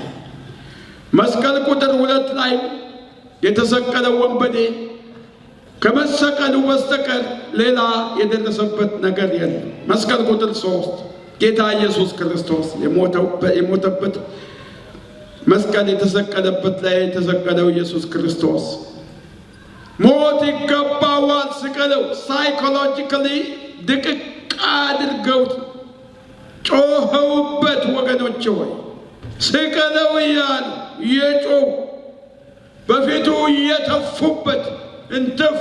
ሰው እንኳን ፊታችሁ ላይ እና ቀርቶ ፊት ለፊታችሁ መሬት ላይ ሲተፋ እንኳን እንዴት ያስቀይማል! በዚህ ጌታ በንጉሳችን ላይ ግን ፊቱ ላይ ነው እንትፍ። አንተ ነህ የእግዚአብሔር ልጅ እንትፍ። ማንም ላጩን አልረበረበበት። አሰቃዩት፣ ጎሸሙት፣ ይመቱት ነበር። እንደገና ይመጡና በጥፊ ይመቱታል። የታሰረ ሰውን ሕጋዊ እስረኛ እንደዚህ መሰቃየት የለበትም። ነገር ግን በጥፊ ይመቱታል፣ ይጎሽሙና በል እስቲ አንተ ነቢይ አይደለም? ማነው የመታ? ትንቢት ተናገር እስቲ የመታን ሰው ስም ንገረን፣ መልኩ ምን ይመስላል? ምንም መልስ አልሰጠም ጌታ። ጲላጦስ ገርፎ አሳልፎ ሰጠው። ማቴዎስ 27 ቁጥር 26 ላይ እንደምታዩት የመስቀሉ ስቃይ በጣም ከባድ እንደሆነ ሁሉ ግርፋቱም ደግሞ የሮማውያን አገራረፍ በጣም ከባድ። ድሮ ብዙዎቻችሁ አልተወለዳችሁም። በአፄ ኃይለ ሥላሴ ዘመን ሌባ ሲገረፍ አይቻል። ገበያ ውስጥ ነው የሚገርፉት ሌባው። ዕቃ የሰረቀ ሰው፣ ንብረት የሰረቀ ሰው እና ገበያ ውስጥ ይወሰድና በትልቅ ገበያ ቀን፣ ብዙ ጊዜ ቅዳሜ ነው ገበያ፣ የገጠሩም የከተማውም ሕዝብ በተሰበሰበበት ዛሬ ሌባ ይገረፋል ብሎ ሰው ሁሉ ይሰበሰባል። ያመጡታል። ችካል ይቸክላሉ። እዛ ወዲያ እዛ በቀኝ በኩልም በግራም ይቸክላሉ፣ ከኋላም ይቸክላሉ። እጁን ያስራሉ፣ በገመድ ውጥር አድርገው ያስራሉ፣ በግራና በቀኝ። እንደገና ሰዎች ጎትተው ይይዛል፣ ከኋላም እንደዚሁ አስረው ይጎትታል። በመጫኛ ይመጣና ገራፊው 40 ግርፋት ነው የሚገርፈው። ቁሜ አይቻል ብዙ ጊዜ። አንዴ ሲገርፉ ቆዳውን ግሽልጥ አድርጎ ነው የሚያነሳው። 40 ጊዜ ሲያርፍ እንግዲህ ተመልከቱ። የሮማውያን አገራረፍ ደግሞ ለ40 አንድ ሲጎል ነው 39 ጅራፍ። መጫኛ ነው ጅራፍ፣ ጫፉ ላይ ግን ብረት አለ። ሰርጉዶ ወደ ውስጥ እንዲገባ ስጋውን ሁሉ ቡጭቅ አድርጎ እንዲያነሳ ሆን ብለው ያዘጋጁት መግረፊያ። ጌታ ኢየሱስ ክርስቶስ ስለኔና ስለናንተ ተኝቶ 39 ጅራፍ ወገኖቼ ሆይ ሲገርፉት ያንን ሁሉ ስቃይ ተቀበለ። ሊያመልጥ አይችልም። በግራም በቀኝም በኋላም እጁ እግሩ ተወጥሮ ተይዟል። አልቆሰለም የሚባልበት ቦታ የለም። ቁስል በቁስል ነው የሆነው። ከዛም አስነስተው ወታደሮች ልብሱን ገፈፉት። የሾህ አክሊል ጎንጉነው በጭንቅላቱ ላይ አስገቡ። ይህ የሾህ አክሊል ረጃጅም ሾህ ነው። እንደ አክሊል አድርገው ሰሩት። ክብ ነው። በራሱ ላይ እንዲያርፍ አድርገው ተንኮለኞች ወታደሮች አመጡና ራሱ ላይ ልክ እንደ አክሊል ሲያስቀምጡ ስንት ቦታ እንደተወጋ ተመልከቱ። የደም ዝናብ ነው ከእርሱ ላይ የዘነበው። የአይሁድ ንጉሥ ሆይ ሰላም ላንተ ይሁን። እየተንበረከኩ እንደሚሰግድ ሰው ዘበቱበት፣ ተፉበት፣ በመቃ ራሱን መቱት። ተሰቃየ ጌታ። ምን ያልከፈለው ዋጋ አለ እኔንና እናንተን ለማዳን። ከዛም ሰው ሲገደል ቀይ ልብስ ይለብሳል። ቀዩን ልብስ አለበሱት እና ወሰዱት። መስቀል ተሸክሞ ቀና ደፋ እያለ ተራራ ቁልቁለቱን የናዝሬቱ ጌታ ኢየሱስ ክርስቶስ እየወጣ እየወረደ እንደገናም በውስጡ ያለው ኃይል ሁሉ ስላለቀ አንድ ቦታ ላይ ደርሶ መስቀሉን መሸከም አቃተው። አንድ ሰው አገኙና ናንተ ይህን መስቀል ተሸከማል። ሳይኮሎጂካሊ ጌታ ኢየሱስ ክርስቶስን ገና መስቀል ላይ ሳይሰቀል ነው ድቅቅ አድርገው የገደሉት። ወገኖቼ የደህንነታችን ምንጭ፣ የፈውሳችን ምንጭ መስቀል ቁጥር 3 ብዬ የሰየምኩት ላይ የተሰቀለው ጌታ ኢየሱስ ክርስቶስ የታረደው በግ ኃጢአታችን በደሙ የደመሰሰ ወደ ቅድስተ ቅዱሳን በራሱ ደም ገብቶ እኛ እንዳንታይ፣ ምክንያቱም እግዚአብሔር ኃጢአትን ማየት አይችልም፣ ደሙ እንዲታይ አድርጎ ገብቶ ጅማ በደሜ ዳነች ልጄ ነች፣ ይሄማ ሰይፉ ልጄ በደሜ የታጠበና የዳነ እያለ ሽፍን እያደረገን በጌታ ፊት ያቀርበናል ዛሬ። አሜን እንላለን ወይ? ደሙ እንደ ውሃ ፈሰሰ ጌታ ኢየሱስ ክርስቶስ። ቀላል ስቃይ አይደለም። ሰው ሲሞት ማየት ቁም ነገር አይደለም። ዛሬ ብዙ ሰው ይሞታል በየመንገዱ፣ በየጦር ሜዳው። በቅርብ ዘመናት የተነሳ አይሲስ የሚባል የነፍሰ ገዳይ ቡድን የሚያደርጉትን ታውቃላችሁ። ሲሪያ ውስጥ፣ ኢራቅ ውስጥ፣ የተለያዩ የመካከለኛው ምስራቅ ሀገር ውስጥ ክርስቲያን ነኝ የሚለውን ሰው መስቀል ላይ እየሰቀሉ የዛ የጌታችሁ ተከታይ እሱ እንደሞተ ነው የምንሰቅልህ እያሉ እየሰቀሉ ሲያሰቃዩአቸው፣ ወዲያው ደግሞ ይስቁባቸዋል፣ ይሰቃያሉ፣ በጥይት ይመቷቸዋል።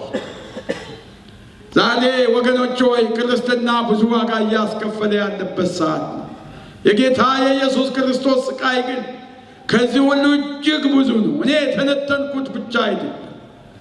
ጌታ ኢየሱስ ክርስቶስ የከፈለው ዋጋ ለእኔ ነው፣ ለአንተ ነው፣ ለአንቺ። ይህ ምስጢር ሳይገባን ፋሲካ እናከብራለን ብንል ወገኖች ሆይ ዝም ብሎ ባህላዊ የሆነ በዓል ነው የምናከብረው። ኢየሱስ ክርስቶስ በበዓሉ ውስጥ መታየት አለበት። የቀራንዮ መስዋዕታችን የናዝሬቱ ጌታ ኢየሱስ ክርስቶስ በደሙ ያጠበንና ያነጻን የቀደሰን በቁስሉ የፈወሰን እርሱ መታየት ያስፈልገዋል። ደሙ ዛሬም ትኩስ ነው። ኃጢአተኞችን ያጥባል፣ ነፃ ያወጣል። ቁስሉ ዛሬም ሕያው ነው፣ በሽተኞችን ይፈውሳል። አሜን እንላለን ወይ? የዚህ ዓለት የከፈለው ዋጋ ነው እኔንና እናንተን ክርስቲያኖች ያስባልን።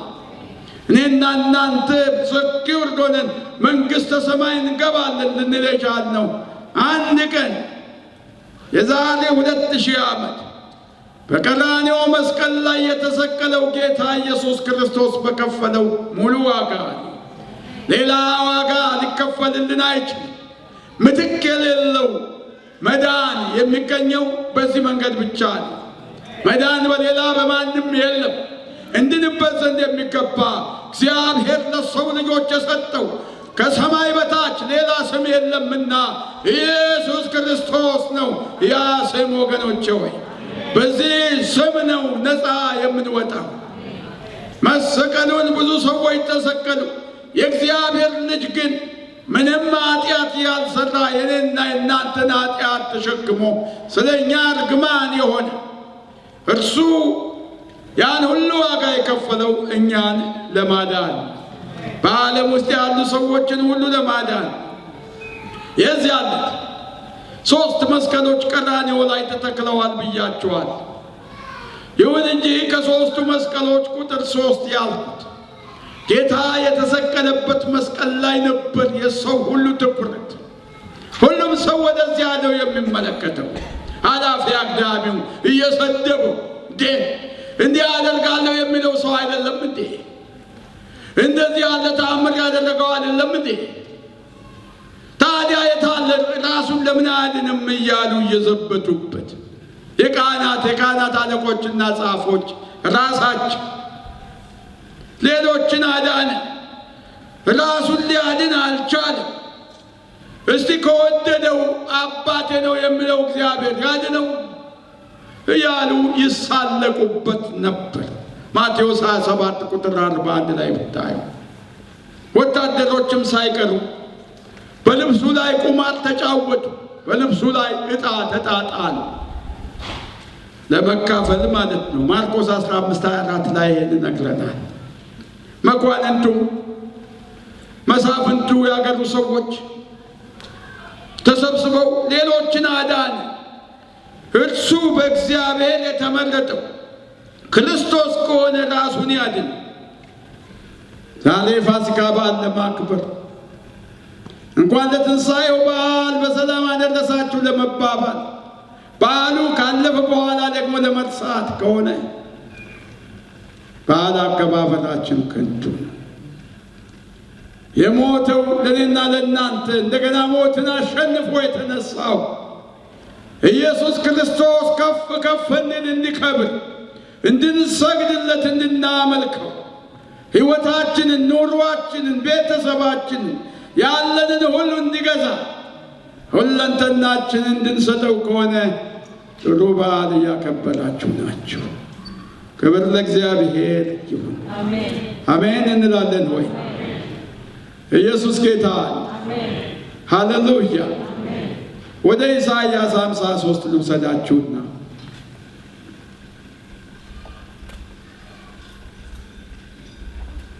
እናነባለን። ቁጥር 12 እናያለን። ስለዚህም እርሱ ብዙዎችን ይወርሳል፣ ከኃያላንም ጋር ምርኮን ይካፈላል። ነፍሱን ለሞት አሳልፎ ሰጥቷልና ከአመፀኞችም ጋር ተቆጥሯልና። እርሱ ግን የብዙ ሰዎችን ኃጢአት ተሸከመ፣ ስለ አመፀኞችም ማለደ። የስንት ሰዎችን? የስንት ሰዎችን? የስንት ሰዎችን? የብዙ ሰዎች። ሃሌሉያ። እዛ ብዙ ሰዎች ውስጥ አንተ አለ፣ አንቺ አለሽ፣ አንተም አለ፣ አንቺም አለሽቱ። የብዙ ሰዎች ሃሌሉያ ኃጢአት ተሸከመ፣ ስለ አመፀኞችም ማለደ። እርሱ ብዙዎችን ይወርሳል፣ ከኃያላንም ጋር ምርኮን ይካፈላል። ማናቸው እነዚህ ኃያላን? እርኩሳን መናፍስት፣ ዓለም የተቆጣጠራቸው ብዙ ሰዎች። ዛሬ በዓለማችን ውስጥ 7 ቢሊዮን ሕዝብ አለ። ብዙሃኑ ያለ ኢየሱስ ክርስቶስ ነው የሚኖሩት። ነገር ግን ጌታ ኢየሱስ ክርስቶስ ለሁሉም ነው እጆቹን በመስቀል ላይ የተጠለቀውና የተሰቀለው። ከጠዋቱ 3 ሰዓት እስከ 9 ሰዓት ድረስ እጆቹን ዘርግቶ እናንተ ደካሞች ሸክማችሁ የከበደ ሁሉ ወደ እኔ ኑ እኔም አሳርፋችኋለሁ። አሜን እንላለን ወይ? ያ ጥሪ ነው ለእኔ ረፍት የሰጠኝ ወገኖች ሆይ። ያደግኩት ሰይጣን በሚመለክበት ውቃቢ በሚመለክበት ቤት ውስጥ ነው።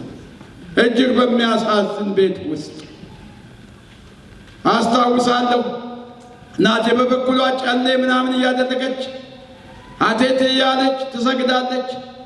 አባቴ ደግሞ ቁጭ ብሎ ደህና እየተጫወተ ከልጆቹ ጋር ከቤተሰቡ ጋር ድንገት ብቻ እንዴት ዋላችሁ ብሎ ይመጣል።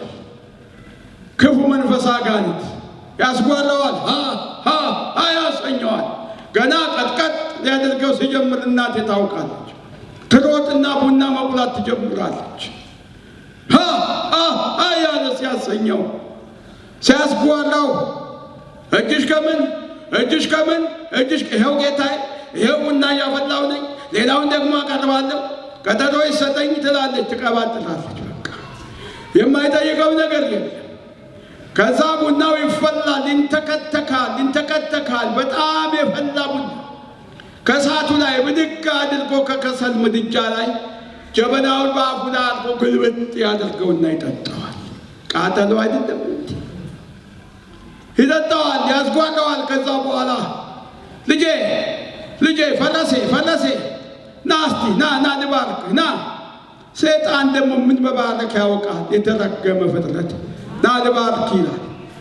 የኔ ወንድ ታላቅ ወንድም ሮጦ ሄደ እንደሆነ አንተን አይደለም ትንሹ ና እጄን ዘርጋ ልባርክ፣ እጄን ዘርጋ። ምንም አላቅም፣ ያኔ ወንጌል አላቅም። እጄን ዘረጋለሁ። ትፍ በሁለት እጄ ምራቁን በቃ በላይ ላይ ለጥፎ በቃ ባረኩ። አንተ ከአዳም ትሰራልኛለህ፣ ከአዳሜ ነህ አንተ። በቃ መስጊድ ትሰራልኛለህ፣ በአንተ ላይ ነው የማልፈው። በቃ ባለው ቃቢ አድርጎኝ ሊጨፍርብኝ ነው። ፈለሴ ይለኛል። ፈለሴ ይለኛል። ጌታ ኢየሱስ ክርስቶስ ግን ስለዚህም እርሱ ብዙዎችን ይወርሳል፣ ከኃያላንም ጋር ምርኮን ይካፈላል። አሜን። ከሰይጣን ላይ የተማረኩ የሰይጣን ፈረስ ለመሆን የታጨሁ ኢየሱስ ክርስቶስ የራሱ አህያ ያደረገኝ በላይ ላይ ይህንን ቃል የጫነ ሃሌሉያ! ኢየሱስ ጌታ ነው። አሜን እንላለን ወይ? ሃሌሉያ! ክብር ለእግዚአብሔር ይሁን። ይህንን ቃል ይዘህ በዓለም ውስጥ ትዞራለህ ብሎ ጌታዬ የሾመኝ የኢየሱስ ክርስቶስ ባሪያ ነኝ። የሰይጣን ፈረስ አይደለሁም። ለምን? ከኃያላን ጋር ምርኮን ተካፈለ ጌታዬ። ነጠቀው፣ ወሰደበት። አሜን እንላለን ወይ? ወሰደበት። አሜን እንላለን ወይ? አሜን። መስጊድ የሚሰራ አይደለም፣ ቤተ ክርስቲያን የሚመሰል የኢየሱስ ክርስቶስ ባሪያ አጋንንትን የሚያወጣ የጨለማን ስራ የሚያፈርስ ሃሌሉያ! ኢየሱስ ጌታ ነው ብሎ የሚያውጅ ነፍሳትን ወደ መንግስቱ የሚያመጣ ባሪያው አደረገኝ ጌታዬ። ከኃያላን ጋር ምርኮን ተካፈለ። አሜን እንላለን ወይ? ጌታ ያልማልካችሁ ዛሬ ጥሪ ያለው ለአንተ ሕይወት፣ ለአንቺም ሕይወት ጥሪ ያለው ጌታ ከኃያላን ጋር ምርኮን ይካፈላል። ኢየሱስ ሰይጣን ለሌላ ነገር አይደለም የሚያዘገያችሁ፣ ባሪያው ሊያደርጋችሁ ነው የሚያዘገያችሁ። እየሸሻችሁ ወደ ጌታ ኢየሱስ ክርስቶስ ኑ። ኢየሱስ ያድናል፣ ብቻውን ያድናል። ረዳት አያስፈልገውም። ኢየሱስ ብቻውን ያድናል። ብዙ መላእክቶችን መቁጠር አያስፈልጋችሁም። እነርሱ የእርሱ ባሪያዎች ናቸው፣ ሰራተኞቹ ናቸው። ሲላኩ የሚሄዱ የተላኩበትን የሚፈጽሙ። ኢየሱስ ግን ለማዳን የመጣ ብቸኛ መስዋዕታችን በቀራንዮ መስቀል ላይ የተንጠለጠለ ሃሌሉያ! ኢየሱስ ያድናል። አሜን እንላለን ወይ?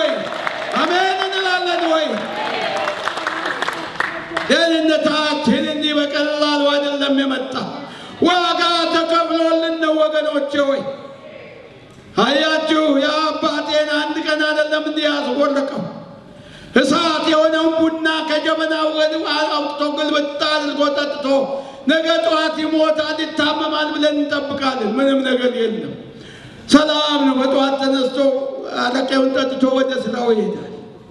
በቃ እንደዚህ ሰይጣን የሚጫወትባቸው ሰዎች እንዲህ ካለ ሁኔታ ውስጥ ነው ጌታችን ያወጣን። አሜን እንላለን። ይህን ጌታ ካልወደድ ነው፣ ይህን ጌታ ካላመለክ ነው ማንን እናመልካለን ወገኖቼ? ማንን ለማንን እንሰግዳለን? ለዚህ ጌታ ካልሰግድ በመስቀል ፍቅር የታጠቀን ደሙን ያፈሰሰልን ጀርባውን ለጅራፍ እግሮችን ለምስማር ችንካር ጎኑን ለጦር ራሱን ለሾህ አክሊል የሰጠ ማን ነው ሌላ ወገኖቼ ሆይ? አንድ ሰው ብቻ። ብዙ ሺህ ሰዎች ተሰቅለዋል በሮማውያን ቅጣት። ነገር ግን አንድ ብቻ ትንቢትን የፈጸመ የእግዚአብሔር ልጅ አሜን እንላለን ወይ? የታረደው በግ እየተባለ በመንግሥተ ሰማይ በመላእክት የሚዘመርለት ኢየሱስ ክርስቶስ ጌታ ነው። ኢየሱስ ክርስቶስ ያድናል። ሃሌሉያ ሃሌሉያ ሃሌሉያ። የሁሉ ትኩረት በኢየሱስ ላይ፣ ሰው ሁሉ እያላገጠበት እየሰደበው፣ አቤት አቤት አቤት የኔና የእናንተ ኃጢአት ኢየሱስን ለዚህ አበቃ። ታዲያ ጌታ በመስቀል ላይ በዋለበት ሰዓት ጥቂት ጊዜ ንግግር ተናግሯል። ይሄ ሁሉ ደም የፈሰሰው ብዙ መናገር አይችልም። ውሃ አልጠጣም፣ መብል አልበላም። ግን መስቀል ላይ ሆነው አንድ ጊዜ አባቱ የሚያደርጉትን አያውቁምና ይቅር በላቸዋል። እነማን? የሚሰድቡትን ጻፎች፣ ፈሪሳውያን፣ መኳንንት፣ መሳፍንት፣ ወንበዴዎች ይቅር በላቸው። የሚያደርጉትን አያውቁ። እኔ ለእነርሱ እንደተሰቃየሁላቸው ደሜን እንዳፈሰስኩላቸው አያውቁ። በዚህ ውስጥ የአንተ ዓላማ እንዳለ ጨርሶ አያውቁ። እባክህ ይቅር በላቸው። በዛ ስቃይ ውስጥ ሆኖ ማን ይህን ሊል ይችላል? ኢየሱስሽ እንደዚህ ነው ያዳነሽ። ወንድም ኢየሱሴ የምትለው እንዲህ ዋጋ ከፍሎ ነው ያዳነሽ። 7 ጊዜ ነው የተናገረው ጌታ ኢየሱስ ክርስቶስ። አንዱ ይቅርታ ለመለመን ለሚሰድቡት፣ ለሚያዋርዱት፣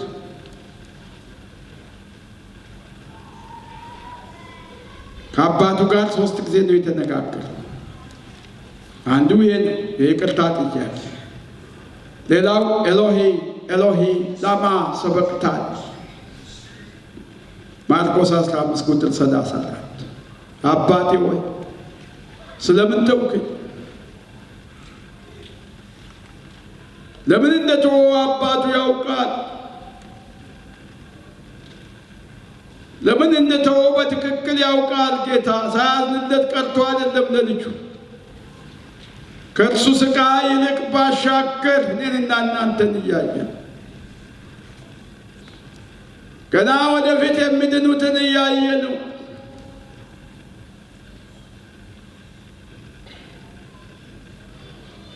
ፊቱን ወደ እርሱ አንድ ጊዜ እንኳን አልመለሰም።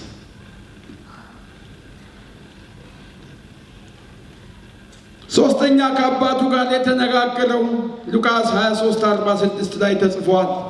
አባት ሆይ ነፍሴን በእጅህ አደራ ሰጣለሁ።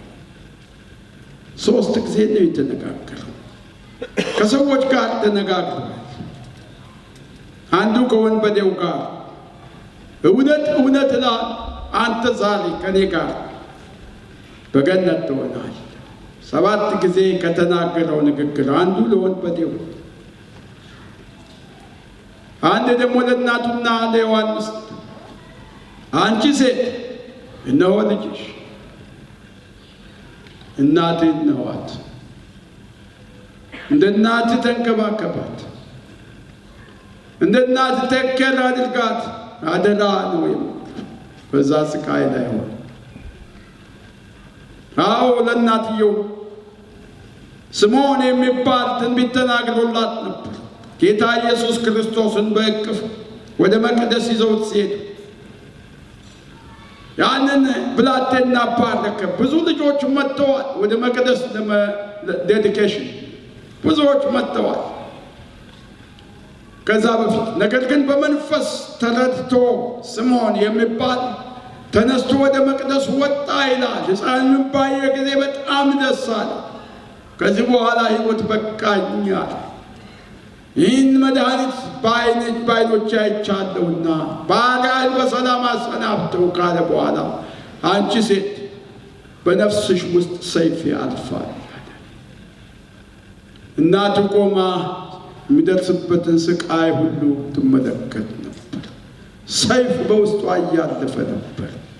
ለእሷም መልእክት አስተላለፈላት። አንቺ ሴት እነሆ ልጅሽ፣ እነሆ እናትህ አለ።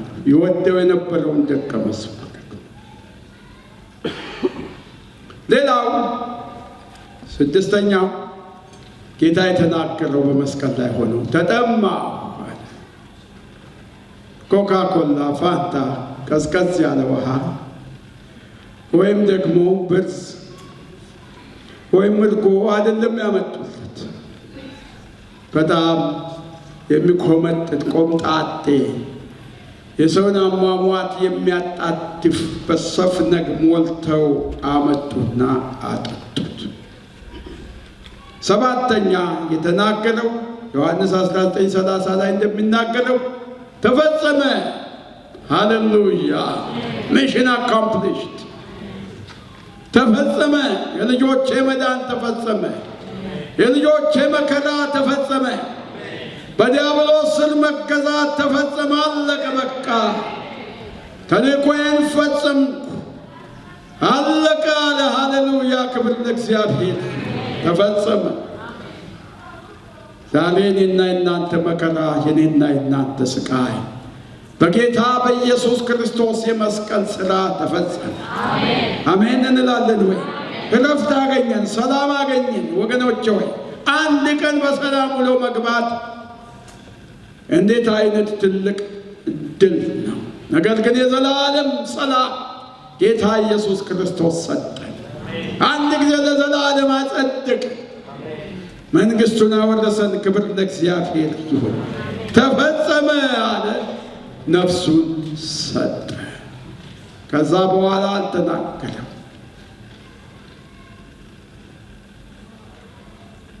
ከዛ በኋላ የሆኑ ነገሮች የመጨረሻ ከ6 እስከ 9 ሰዓት ድረስ ጨለማ እንደሆነ ማቴዎስ መዝግቦታል። ምዕራፍ 27 ቁጥር 45 ከ6 ሰዓት እስከ 9 ሰዓት ድረስ በአንድ ጊዜ 6 ሰዓት ተመልከቱ፣ 12 ኑን ማለት ነው።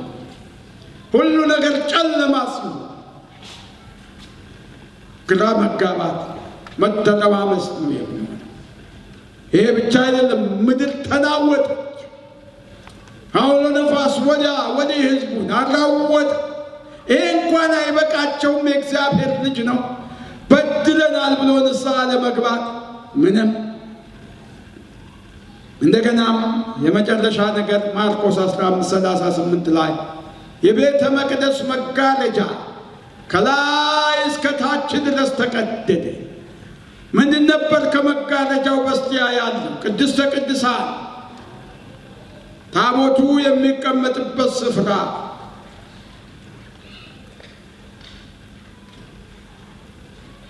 እሱ ነበር ተራ ሰው ሊያየው የማይችል ቅድስተ ቅዱሳን፣ ከሊቀ ካህን በስተቀር ወደዚያ ውስጥ መግባት የማይቻል ትልቅ መጋረጃ ከላይ እስከ ታች ድረስ ያለ። መጋረጃው ማርቆስ እንደሚነግረን 15:38 ላይ ከላይ እስከ ታች ድረስ ተቀደደ። ትርጉም አለው ይሄ ወገኖች። ከታች ወደ ላይ ቢቀደድ ኖሮ ሰዎች ናቸው የቀደዱት፣ ደቀ መዛሙርቱ ሾልከው ቀደዱት ይባል ነበር። አሁን ግን እግዚአብሔር ነው የቀደደው። ከላይ እስከ ታች ነው የተቀደደው። ቅድስተ ቅዱሳን ማየት ተቻለ። በፊት አይቻልም ነበር። ያለ ርዕሰ ካህን በስተቀር ወደዚያ የሚገባ የለም። ከጭፍሮቹ አንዱ መጣና ጎኑን በጦር ወጋው። ጎኑን በጦር ሲወጋው ምን ይፈሳል? ደም የለም። ትንሽ ደም፣ የቀረች ደም ፈሰሰች። ከዛ በኋላ ደግሞ ትንሽ ውሃ ፈሰሰ። ይህም ትርጉም አለ። እኔና እናንተን ለማዳን ጌታ ኢየሱስ ክርስቶስ ደሙን ነው ያፈሰሰልን። አሜን። ከደሙ በኋላ ደግሞ ውሃ የመንፈስ ቅዱስ ምሳሌ ነው። ከደሙ በኋላ ደግሞ መንፈስ ቅዱስን አፈሰሰልን። እኔ ብሄድ ይሻላችኋል፣ እኔ ባልሄድ አጽናኙ ወደ እናንተ አይመጣም እያለ ሲያስተምር ነበር ከሞቱ በፊት። ስለዚህም ይኸው ምልክት ነው፣ ውሃ ፈሰሰ። ጴንጤቆስጤ ቀን ደግሞ ሊመጣ ነው። አሜን እንላለን ወይ? ጌታ ኢየሱስ ክርስቶስ ወገኖች ሆይ ፀሐይ እንኳን እሺ ብላ ልትስማማ አልቻለች።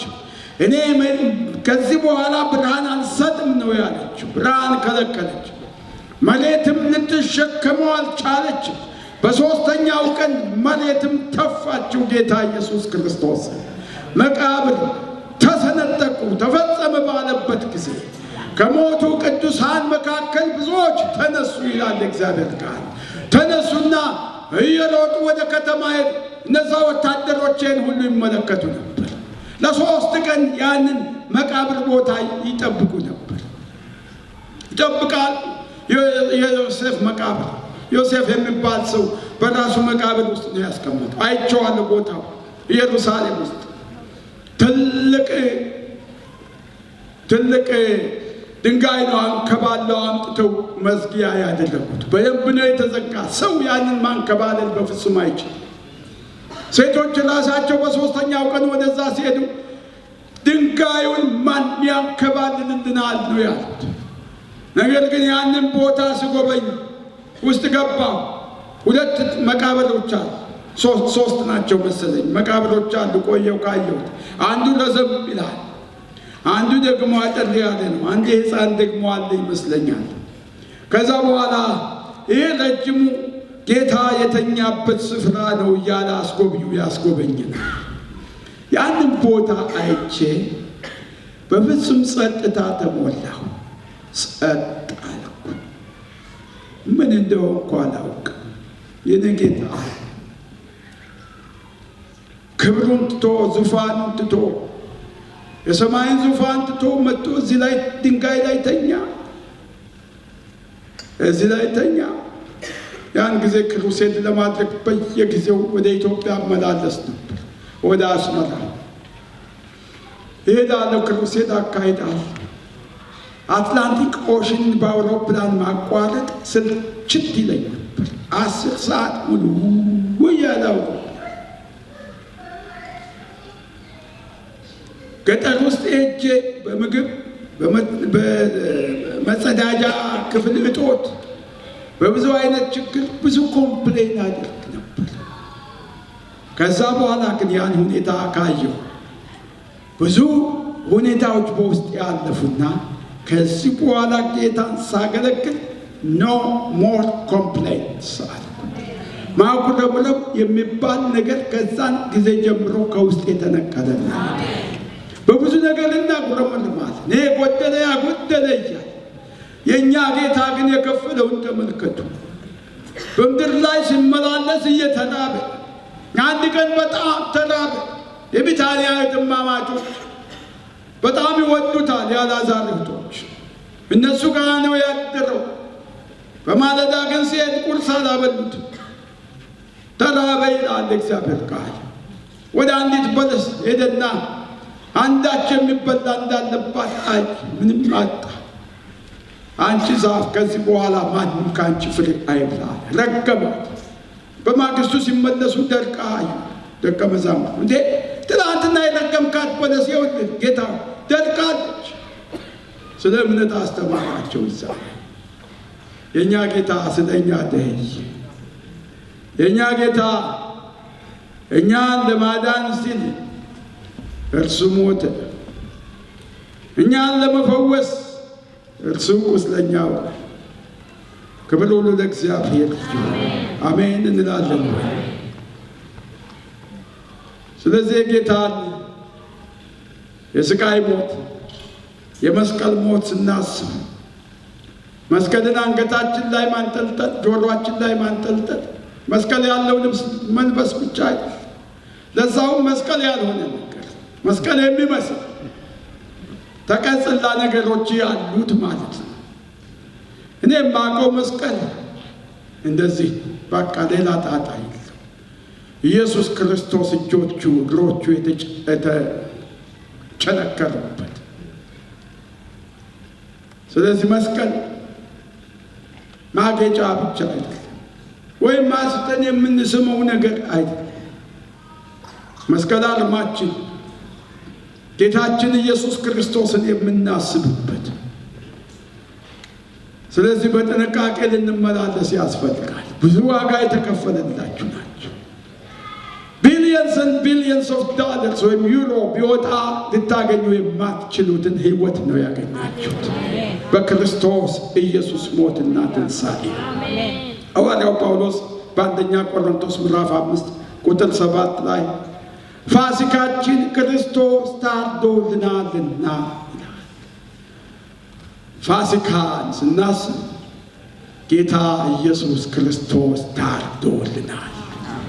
በግ፣ ፍየል፣ ዶሮ አይደለም የታረደልን፣ ጌታ ኢየሱስ ክርስቶስ ታርዷልና።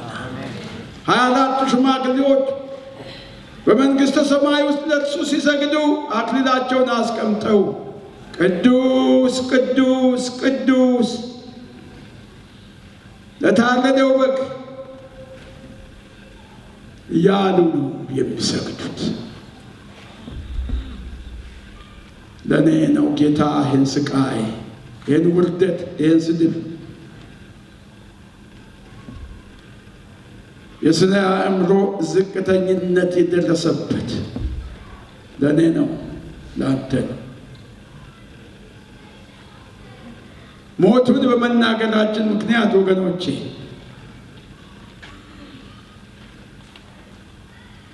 እንድናለቅስ አይደለም። እንደውም ሰይጣን ያፍራል። የዚያን ዕለት ነው ተፈጸመ ሲል ጌታ ሰይጣን ኃይሉን ያጣ፣ ምርኮ የተማረከው ወዲያው ተፈጸመ ብሎ ነፍሴን በእጅ አደራ ሰጣለሁ ካለ በኋላ የሰይጣን ኃይል ተገፈፈ፣ ምርኮን ከኃያላን ጋር ተካፈለ። ምናልባት ዛሬ ይህን ጌታ የመስቀል ስቃዩን መከራውን የማታውቁ ብትኖሩ በጣም በጣም አስፈላጊ ጊዜ ነው ጌታ ኢየሱስ ክርስቶስን ወደ ልባችሁ ለመጋበዝ። ሃይማኖት መለወጥ አይደለም፣ ክርስቶስን መቀበል ማለት እውነትን አውቆ እምቢ ማለት ራሱ ስህተት። መስቀል ላይ የተሰቀለው ቁጥር 2 ብዬ የጠቀስኩት መስቀል ላይ የተሰቀለው ወንበዴ ሆኖ ተፈርዶበት በሰው ወዲያው ንስሐ ገባ፣ ወዲያው መንግሥተ ሰማይ ገባ ከኢየሱስ ጋር። ያን ውሳኔ እንድታደርጉ ጋብዛችኋለሁ። ራሶቻችንን ዝቅ አድርገን እንጸልያለን። ሃሌሉያ። በጸሎት መንፈስ እንሁን። ሰው ወዲያ ወዲህ ባይሆን በጣም አመሰግናለሁ።